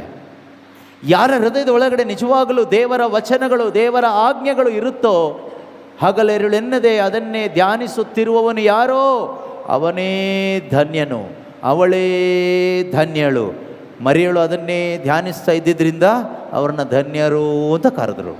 ನಾವು ಅದನ್ನು ಧ್ಯಾನಿಸಿದರೆ ನಾವು ಕೂಡ ಧನ್ಯರಾಗ್ತೀವಿ. ಕಡೆಯದಾಗಿ ಒಂದು ವಾಕ್ಯ ಓದಿ ನಿಲ್ಲಿಸ್ಬಿಡ್ತೀನಿ, ಟೈಮ್ ಆಗೋಯ್ತು ಇವತ್ತಿಂದು. ಓಕೆ, ಕೀರ್ತನೆ 1ರಲ್ಲಿ 2-3ನೇ ವಾಕ್ಯ ಓದಿ ನಿಲ್ಲಿಸ್ಬಿಡೋಣ. 1ರಿಂದನೇ ಓದೋಣ, ಚೆನ್ನಾಗಿದೆ. ಕೀರ್ತನೆ 1ರಲ್ಲಿ 1ರಿಂದನೇ ಓದೋಣ ವಾಕ್ಯಗಳು. ದುರ್ಜನರ ಆಲೋಚನೆಯಂತೆ ನಡೆಯದೆ. ಇವರೆಲ್ಲ ಯಾರು ಅಂತ ಈಗ ಎಕ್ಸ್ಪ್ಲೈನ್ ಮಾಡ್ಲಿಕ್ಕೆ ಟೈಮ್ ಇಲ್ಲ, ಮುಂದೆ ದೇವ್ರ ಚಿತ್ತ ಇದ್ದರೆ ಎಕ್ಸ್ಪ್ಲೈನ್ ಮಾಡೋಣ. ಜಸ್ಟ್ ಕೇಳಿಸ್ಕೊಳ್ಳಿ. ದುರ್ಜನರ ಆಲೋಚನೆಯಂತೆ ನಡೆಯದೆ, ಪಾಪಾತ್ಮರ ಪಥದಲ್ಲಿ ಕಾಲೂರದೆ. ಪಾಪಾತ್ಮರ ಪಥದಲ್ಲಿ ಕಾಲೂರದೆ, ಧರ್ಮನಿಂದಕರ ಕೂಟದಲ್ಲಿ ಕೂರದೆ. ಧರ್ಮನಿಂದಕರ ಕೂಟದಲ್ಲಿ ಕೂರದೆ, ಪ್ರಭುವಿನ ಧರ್ಮಶಾಸ್ತ್ರದಲ್ಲಿ ಹರ್ಷಗೊಳ್ಳುವವನಾರೋ ಅವನೇ ಧನ್ಯನು. ದೇವರ ವಾಕ್ಯದಲ್ಲಿ ಇದನ್ನು ಧ್ಯಾನಿಸುವುದರಲ್ಲಿ, ಇದನ್ನು ಓದುವುದರಲ್ಲಿ, ಇದನ್ನು ಕಲಿಯುವುದರಲ್ಲಿ, ಇದನ್ನು ಇನ್ನೊಬ್ಬರಿಗೆ ಹೇಳುವುದರಲ್ಲಿ, ಇದಕ್ಕಾಗಿ ಬದುಕುವುದರಲ್ಲಿ ಹರ್ಷಗೊಳ್ಳುವವನು ಯಾರೋ ಅವನೇ ಧನ್ಯನು, ಅವಳೇ ಧನ್ಯಳು. ಧನ್ಯರೆಂದು ಹೊಗಳುವವರು ಇಂದಿನಿಂದ ಎನ್ನನ್ನು ಸರ್ವಜನಾಂಗ. ಯಾಕೆ? ಇದರಲ್ಲಿ ಅವಳು ಹರ್ಷಗೊಂಡಳು. ಮಾತೆ ಮರಿಯಮ್ಮನವರು ಹರ್ಷಗೊಂಡಿದ್ದು ಯಾವುದರಲ್ಲಿ? ಊಟದಲ್ಲ, ಬಟ್ಟೆಯಲ್ಲ, ಹಬ್ಬದಲ್ಲ, ಮನುಷ್ಯರಲ್ಲ, ಯೇಸುವಿನಲ್ಲ, ವಾಕ್ಯದಲ್ಲೇ ಅಲ್ವಾ? ಯೇಸುವಿನಲ್ಲಿ ಆಕೆ ಹರ್ಷಗೊಂಡಿದ್ದರಿಂದ, ವಾಕ್ಯದಲ್ಲಿ ಆಕೆ ಹರ್ಷಗೊಂಡಿದ್ದರಿಂದ ಆಕೆಯನ್ನು ಧನ್ಯಳು ಎಂದು ಎಲ್ಲರೂ ಕರೆದರು. ಇಲ್ಲಿ ವಾಕ್ಯ ಹೇಳುತ್ತೆ, ಅವನು ಧನ್ಯನು, ಅವಳು ಧನ್ಯಳು. ಯಾವಾಗ? ಹಗಲಿರುಳೆನ್ನದೆ ಅದನ್ನೇ ಧ್ಯಾನಿಸುತ್ತಿರುವವನಾರು. ಅದನ್ನೇ ಅಂದ್ರೆ ಏನು ಗೊತ್ತಾ? ಸ್ವರ್ಗ ಸಾಮ್ರಾಜ್ಯದ ವಿಷಯ. ನಮಗೆ ಧ್ಯಾನಿಸ್ಲಿಕ್ಕೆ ಬೇರೆ ಏನಿದೆ ಪ್ರಿಯರೇ? ಏನಿದೆ? ನಮಗೆ ಧ್ಯಾನಿಸ್ಲಿಕ್ಕಿರೋ ವಿಷಯ ಒಂದೇ ಇರಬೇಕು. ಮರಿಯಳ ಹಾಗೆ, ನಾವು ಮಾರ್ತಳ ಹಾಗೆ ಅದು ಇದು ಚಿಂತೆ ಪೇಚಾಟಗಳಿಗೆ ಒಳಗಾಗೋದಲ್ಲ. ಮರಿಯಳ ಹಾಗೆ ಅಗತ್ಯವಾದದ್ದು ಒಂದೇ ಒಂದು, ನಮ್ಮ ಧ್ಯಾನದ ವಿಷಯ ಒಂದೇ, ಏಸು, ನಿತ್ಯ ಜೀವ, ಸ್ವರ್ಗರಾಜ್ಯ. ಬೇರೆ ಏನಿದೆ? ಈ ಪ್ರಪಂಚದ ಧ್ಯಾನ ಮಾಡೋರು ಯಾರು? ಪ್ರಪಂಚವನ್ನು ಪ್ರೀತಿ ಮಾಡೋರು ಇದರದೇ ಧ್ಯಾನದಲ್ಲಿರ್ತಾರೆ. ಹಗಲು ರಾತ್ರಿ ಅವ್ರು ಎಷ್ಟು ದುಡಿದ್ರು, ಇವ್ರು ಎಷ್ಟು ದುಡಿದ್ರು, ಎಷ್ಟು ಲೋಕದ ಲೆಕ್ಕಾಚಾರ ತಲೆಯೊಳಗೆ ಓಡ್ತಾ ಇರುತ್ತೆ. ದೇವರ ಮಕ್ಕಳ ತಲೆಯಲ್ಲಿ ಸ್ವರ್ಗದ ಲೆಕ್ಕಾಚಾರ ಓಡ್ತಾ ಇರಬೇಕು. ಎಷ್ಟು ಆತ್ಮಗಳ ಆದಾಯ ಆಗಬೇಕಾಗಿದೆ, ಎಷ್ಟು ಕಡೆ ಸುವಾರ್ತೆ ತಲುಪಿಸ್ಬೇಕಾಗಿದೆ, ಎಷ್ಟು ಕಡೆ ಪ್ರಾರ್ಥನೆ ಮಾಡಬೇಕು, ಬೈಬಲ್ ವಾಕ್ಯ ಓದಬೇಕು, ಅಲ್ಲಿ ಸುವಾರ್ತೆ ಕೊಡಬೇಕು, ಇಲ್ಲಿ ಸುವಾರ್ತೆ ಕೊಡಬೇಕು. ಇದು ದೇವರ ಮಕ್ಕಳ ಹೃದಯದಲ್ಲಿ ಓಡ್ತಾ ಇರಬೇಕು. ಓಕೆ, ಓದಿ. ಹಗಲಿರುಳೆನ್ನದೆ ಅದನ್ನೇ ಧ್ಯಾನಿಸುತ್ತಿರುವವನು ಯಾರೋ ಅವನೇ, ಅವಳೇ ಧನ್ಯರು. ನದಿಯ ಬದಿಯಲ್ಲೇ ಜೀವನ ಹೇಗಿರುತ್ತೆ ಗೊತ್ತಾ? ಹೀಗಿರುತ್ತೆ. ನದಿಯ ಬದಿಯಲ್ಲೇ ಬೆಳೆದಿಹ ಮರದಂತೆ, ನದಿಯ ಬದಿಯಲ್ಲೇ ಬೆಳೆದಿಹ ಮರದಂತೆ, ಸಕಾಲಕ್ಕೆ ಫಲವೀವ ವೃಕ್ಷದಂತೆ, ಸಕಾಲಕ್ಕೆ ತಕ್ಕ ಸಮಯಕ್ಕೆ ಫಲ ಕೊಡುವ ವೃಕ್ಷದಂತೆ, ಎಲೆ ಬಾಡದೆ ಪಸಿರಿರುವ ತರುವಂತೆ, ಎಲೆ ಬಾಡದೆ ಹಸಿರಾಗಿರುವ ಗಿಡದ ಹಾಗೆ ಸಿಗುವುದು ಅವನ ಕಾರ್ಯಗಳಿಗೆ ಸಫಲತೆ. ಸಿಗುವುದು ಅವಳ ಕಾರ್ಯಗಳಿಗೆ ಸಫಲತೆ. ದೇವರ ಆಶೀರ್ವಾದ ಅಂತಕ್ಕಂಥದ್ದು ಯಾರ ಜೀವನದಲ್ಲಿ ಇರುತ್ತೆ ಕೇಳಿದರೆ, ಯಾರು ದೇವರ ವಾಕ್ಯಕ್ಕೆ ಬೆಲೆ ಕೊಟ್ಟು ಬದುಕ್ತಾರಲ್ವ ಅವ್ರ ಜೀವನದಲ್ಲಿ ದೇವರ ಆಶೀರ್ವಾದ ಇರುತ್ತೆ. ದುಡ್ಡು ಅನ್ನೋದು ದೇವರ ಆಶೀರ್ವಾದ ಅಲ್ಲ. ದೇವರ ಆಶೀರ್ವಾದ ಅನ್ನೋದು ಈ ಲೋಕದ ಯಾವುದೂ ಅಲ್ಲ, ಅದೇ ಒಂದು ಬೇರೆ. ಅದು ಮರಿಯಳ ಮೇಲೆ ತುಂಬ ಇತ್ತು, ಅಬ್ರಹಾಮನ ಮೇಲೆ ಇತ್ತು, ಇಸಾಕನ ಮೇಲೆ ಇತ್ತು, ಯಾಕೋಬನ ಮೇಲೆ ಇತ್ತು. ಯೇಸು ಪೂರ್ತಿ ದೇವರ ಆಶೀರ್ವಾದ ಅವರೇ ಆಗಿದ್ದರು. ಯೇಸು ಸ್ವಾಮಿಗೆ ಎಷ್ಟು ಸೈಟ್ ಇತ್ತು, ಎಷ್ಟು ಮನೆ ಇತ್ತು, ಸ್ವಂತ ಸಮಾಧಿ ಕೂಡ ಇರಲಿಲ್ಲ. ಅವರಷ್ಟು ಆಶೀರ್ವಾದಿತ ಶ್ರೀಮಂತ ವ್ಯಕ್ತಿ ಪ್ರಪಂಚದಲ್ಲಿ ಯಾರು ಹುಟ್ಟಿಲ್ಲ, ಹುಟ್ಟೋದು ಇಲ್ಲ. ಆದರೆ ಒಂದು ಆಸ್ತಿನೂ ಇಲ್ಲ, ಒಂದು ಮನೆಯೂ ಇಲ್ಲ, ಒಂದು ಸೈಟೂ ಇಲ್ಲ, ಕಾರೂ ಇಲ್ಲ, ಏನೂ ಇಲ್ಲ. So rich. ಅಂದರೆ ಲೋಕದ ದೃಷ್ಟಿಗೆ ಅದು ಹುಚ್ಚುತನ ಅನಿಸುತ್ತೆ. ಈ ಕಣ್ಣು ಓಪನ್ ಆದರೆ ನಮಗೆ ಗೊತ್ತಾಗುತ್ತೆ ಎಂಥ ಶ್ರೀಮಂತಿಕೆ ಯೇಸುವಿನಲ್ಲಿತ್ತು, ಎಂಥ ಶ್ರೀಮಂತಿಕೆ ಮಾತೆ ಮರಿಯಳಲ್ಲಿತ್ತು, ಎಂಥ ಶ್ರೀಮಂತಿಕೆ ನಮ್ಮ ಪೂರ್ವಜರಲ್ಲಿತ್ತು. ಅದಕ್ಕೆ ಮೋಶೆ, ನನಗೆ ಈಜಿಪ್ಟಿನ ಶ್ರೀಮಂತಿಕೆ ಬೇಡ, ನನಗೆ ಕ್ರಿಸ್ತನ ಶ್ರೀಮಂತಿಕೆ ಸಿಕ್ಕಿದೆ, ಬೇಡ ಅಂತ ಬಿಟ್ಟು ಬಂದ. ನಾವು ಬೆಳಗ್ಗೆಯಿಂದ ಸಂಜೆ ತನಕ ದುಡ್ಡು ದುಡ್ಡು ದುಡ್ಡು ದುಡ್ಡು ದುಡ್ಡು ದುಡ್ಡು ದುಡ್ಡು ದುಡ್ಡು. ನಮಗೆ ನಿಜವಾದ ಶ್ರೀಮಂತಿಕೆ ಸಿಗಲಿ. ನಮ್ಮನ್ನು ನಿಜವಾಗಲೂ ಶ್ರೀಮಂತರನ್ನಾಗಿ ಮಾಡಲಿಕ್ಕೆ ಯೇಸು ನಮಗೋಸ್ಕರ ಬಡವರಾಗಿ ಭೂಮಿಗೆ ಬಂದಿತ್ತು. ಈ ಭೂಮಿಗೆ ಬಂದಾಗ ಬಡವನಾಗಿ ಬಂದ, ನಮ್ಮ ಥರನೇ ಆದ. ಯಾಕೆ ಗೊತ್ತಾ? ನಮ್ಮನ್ನು ಆ ಶ್ರೀಮಂತಿಕೆಯಿಂದ ತುಂಬಿಸ್ಲಿಕ್ಕೆ. ಈ ಧ್ಯಾನ ಕೂಟದಲ್ಲಿ ಅದಾಗಬೇಕು. ಎದ್ದು ನಿಂತ್ಕೊಳ್ಳಿ, ಪ್ರಾರ್ಥಿಸೋಣ.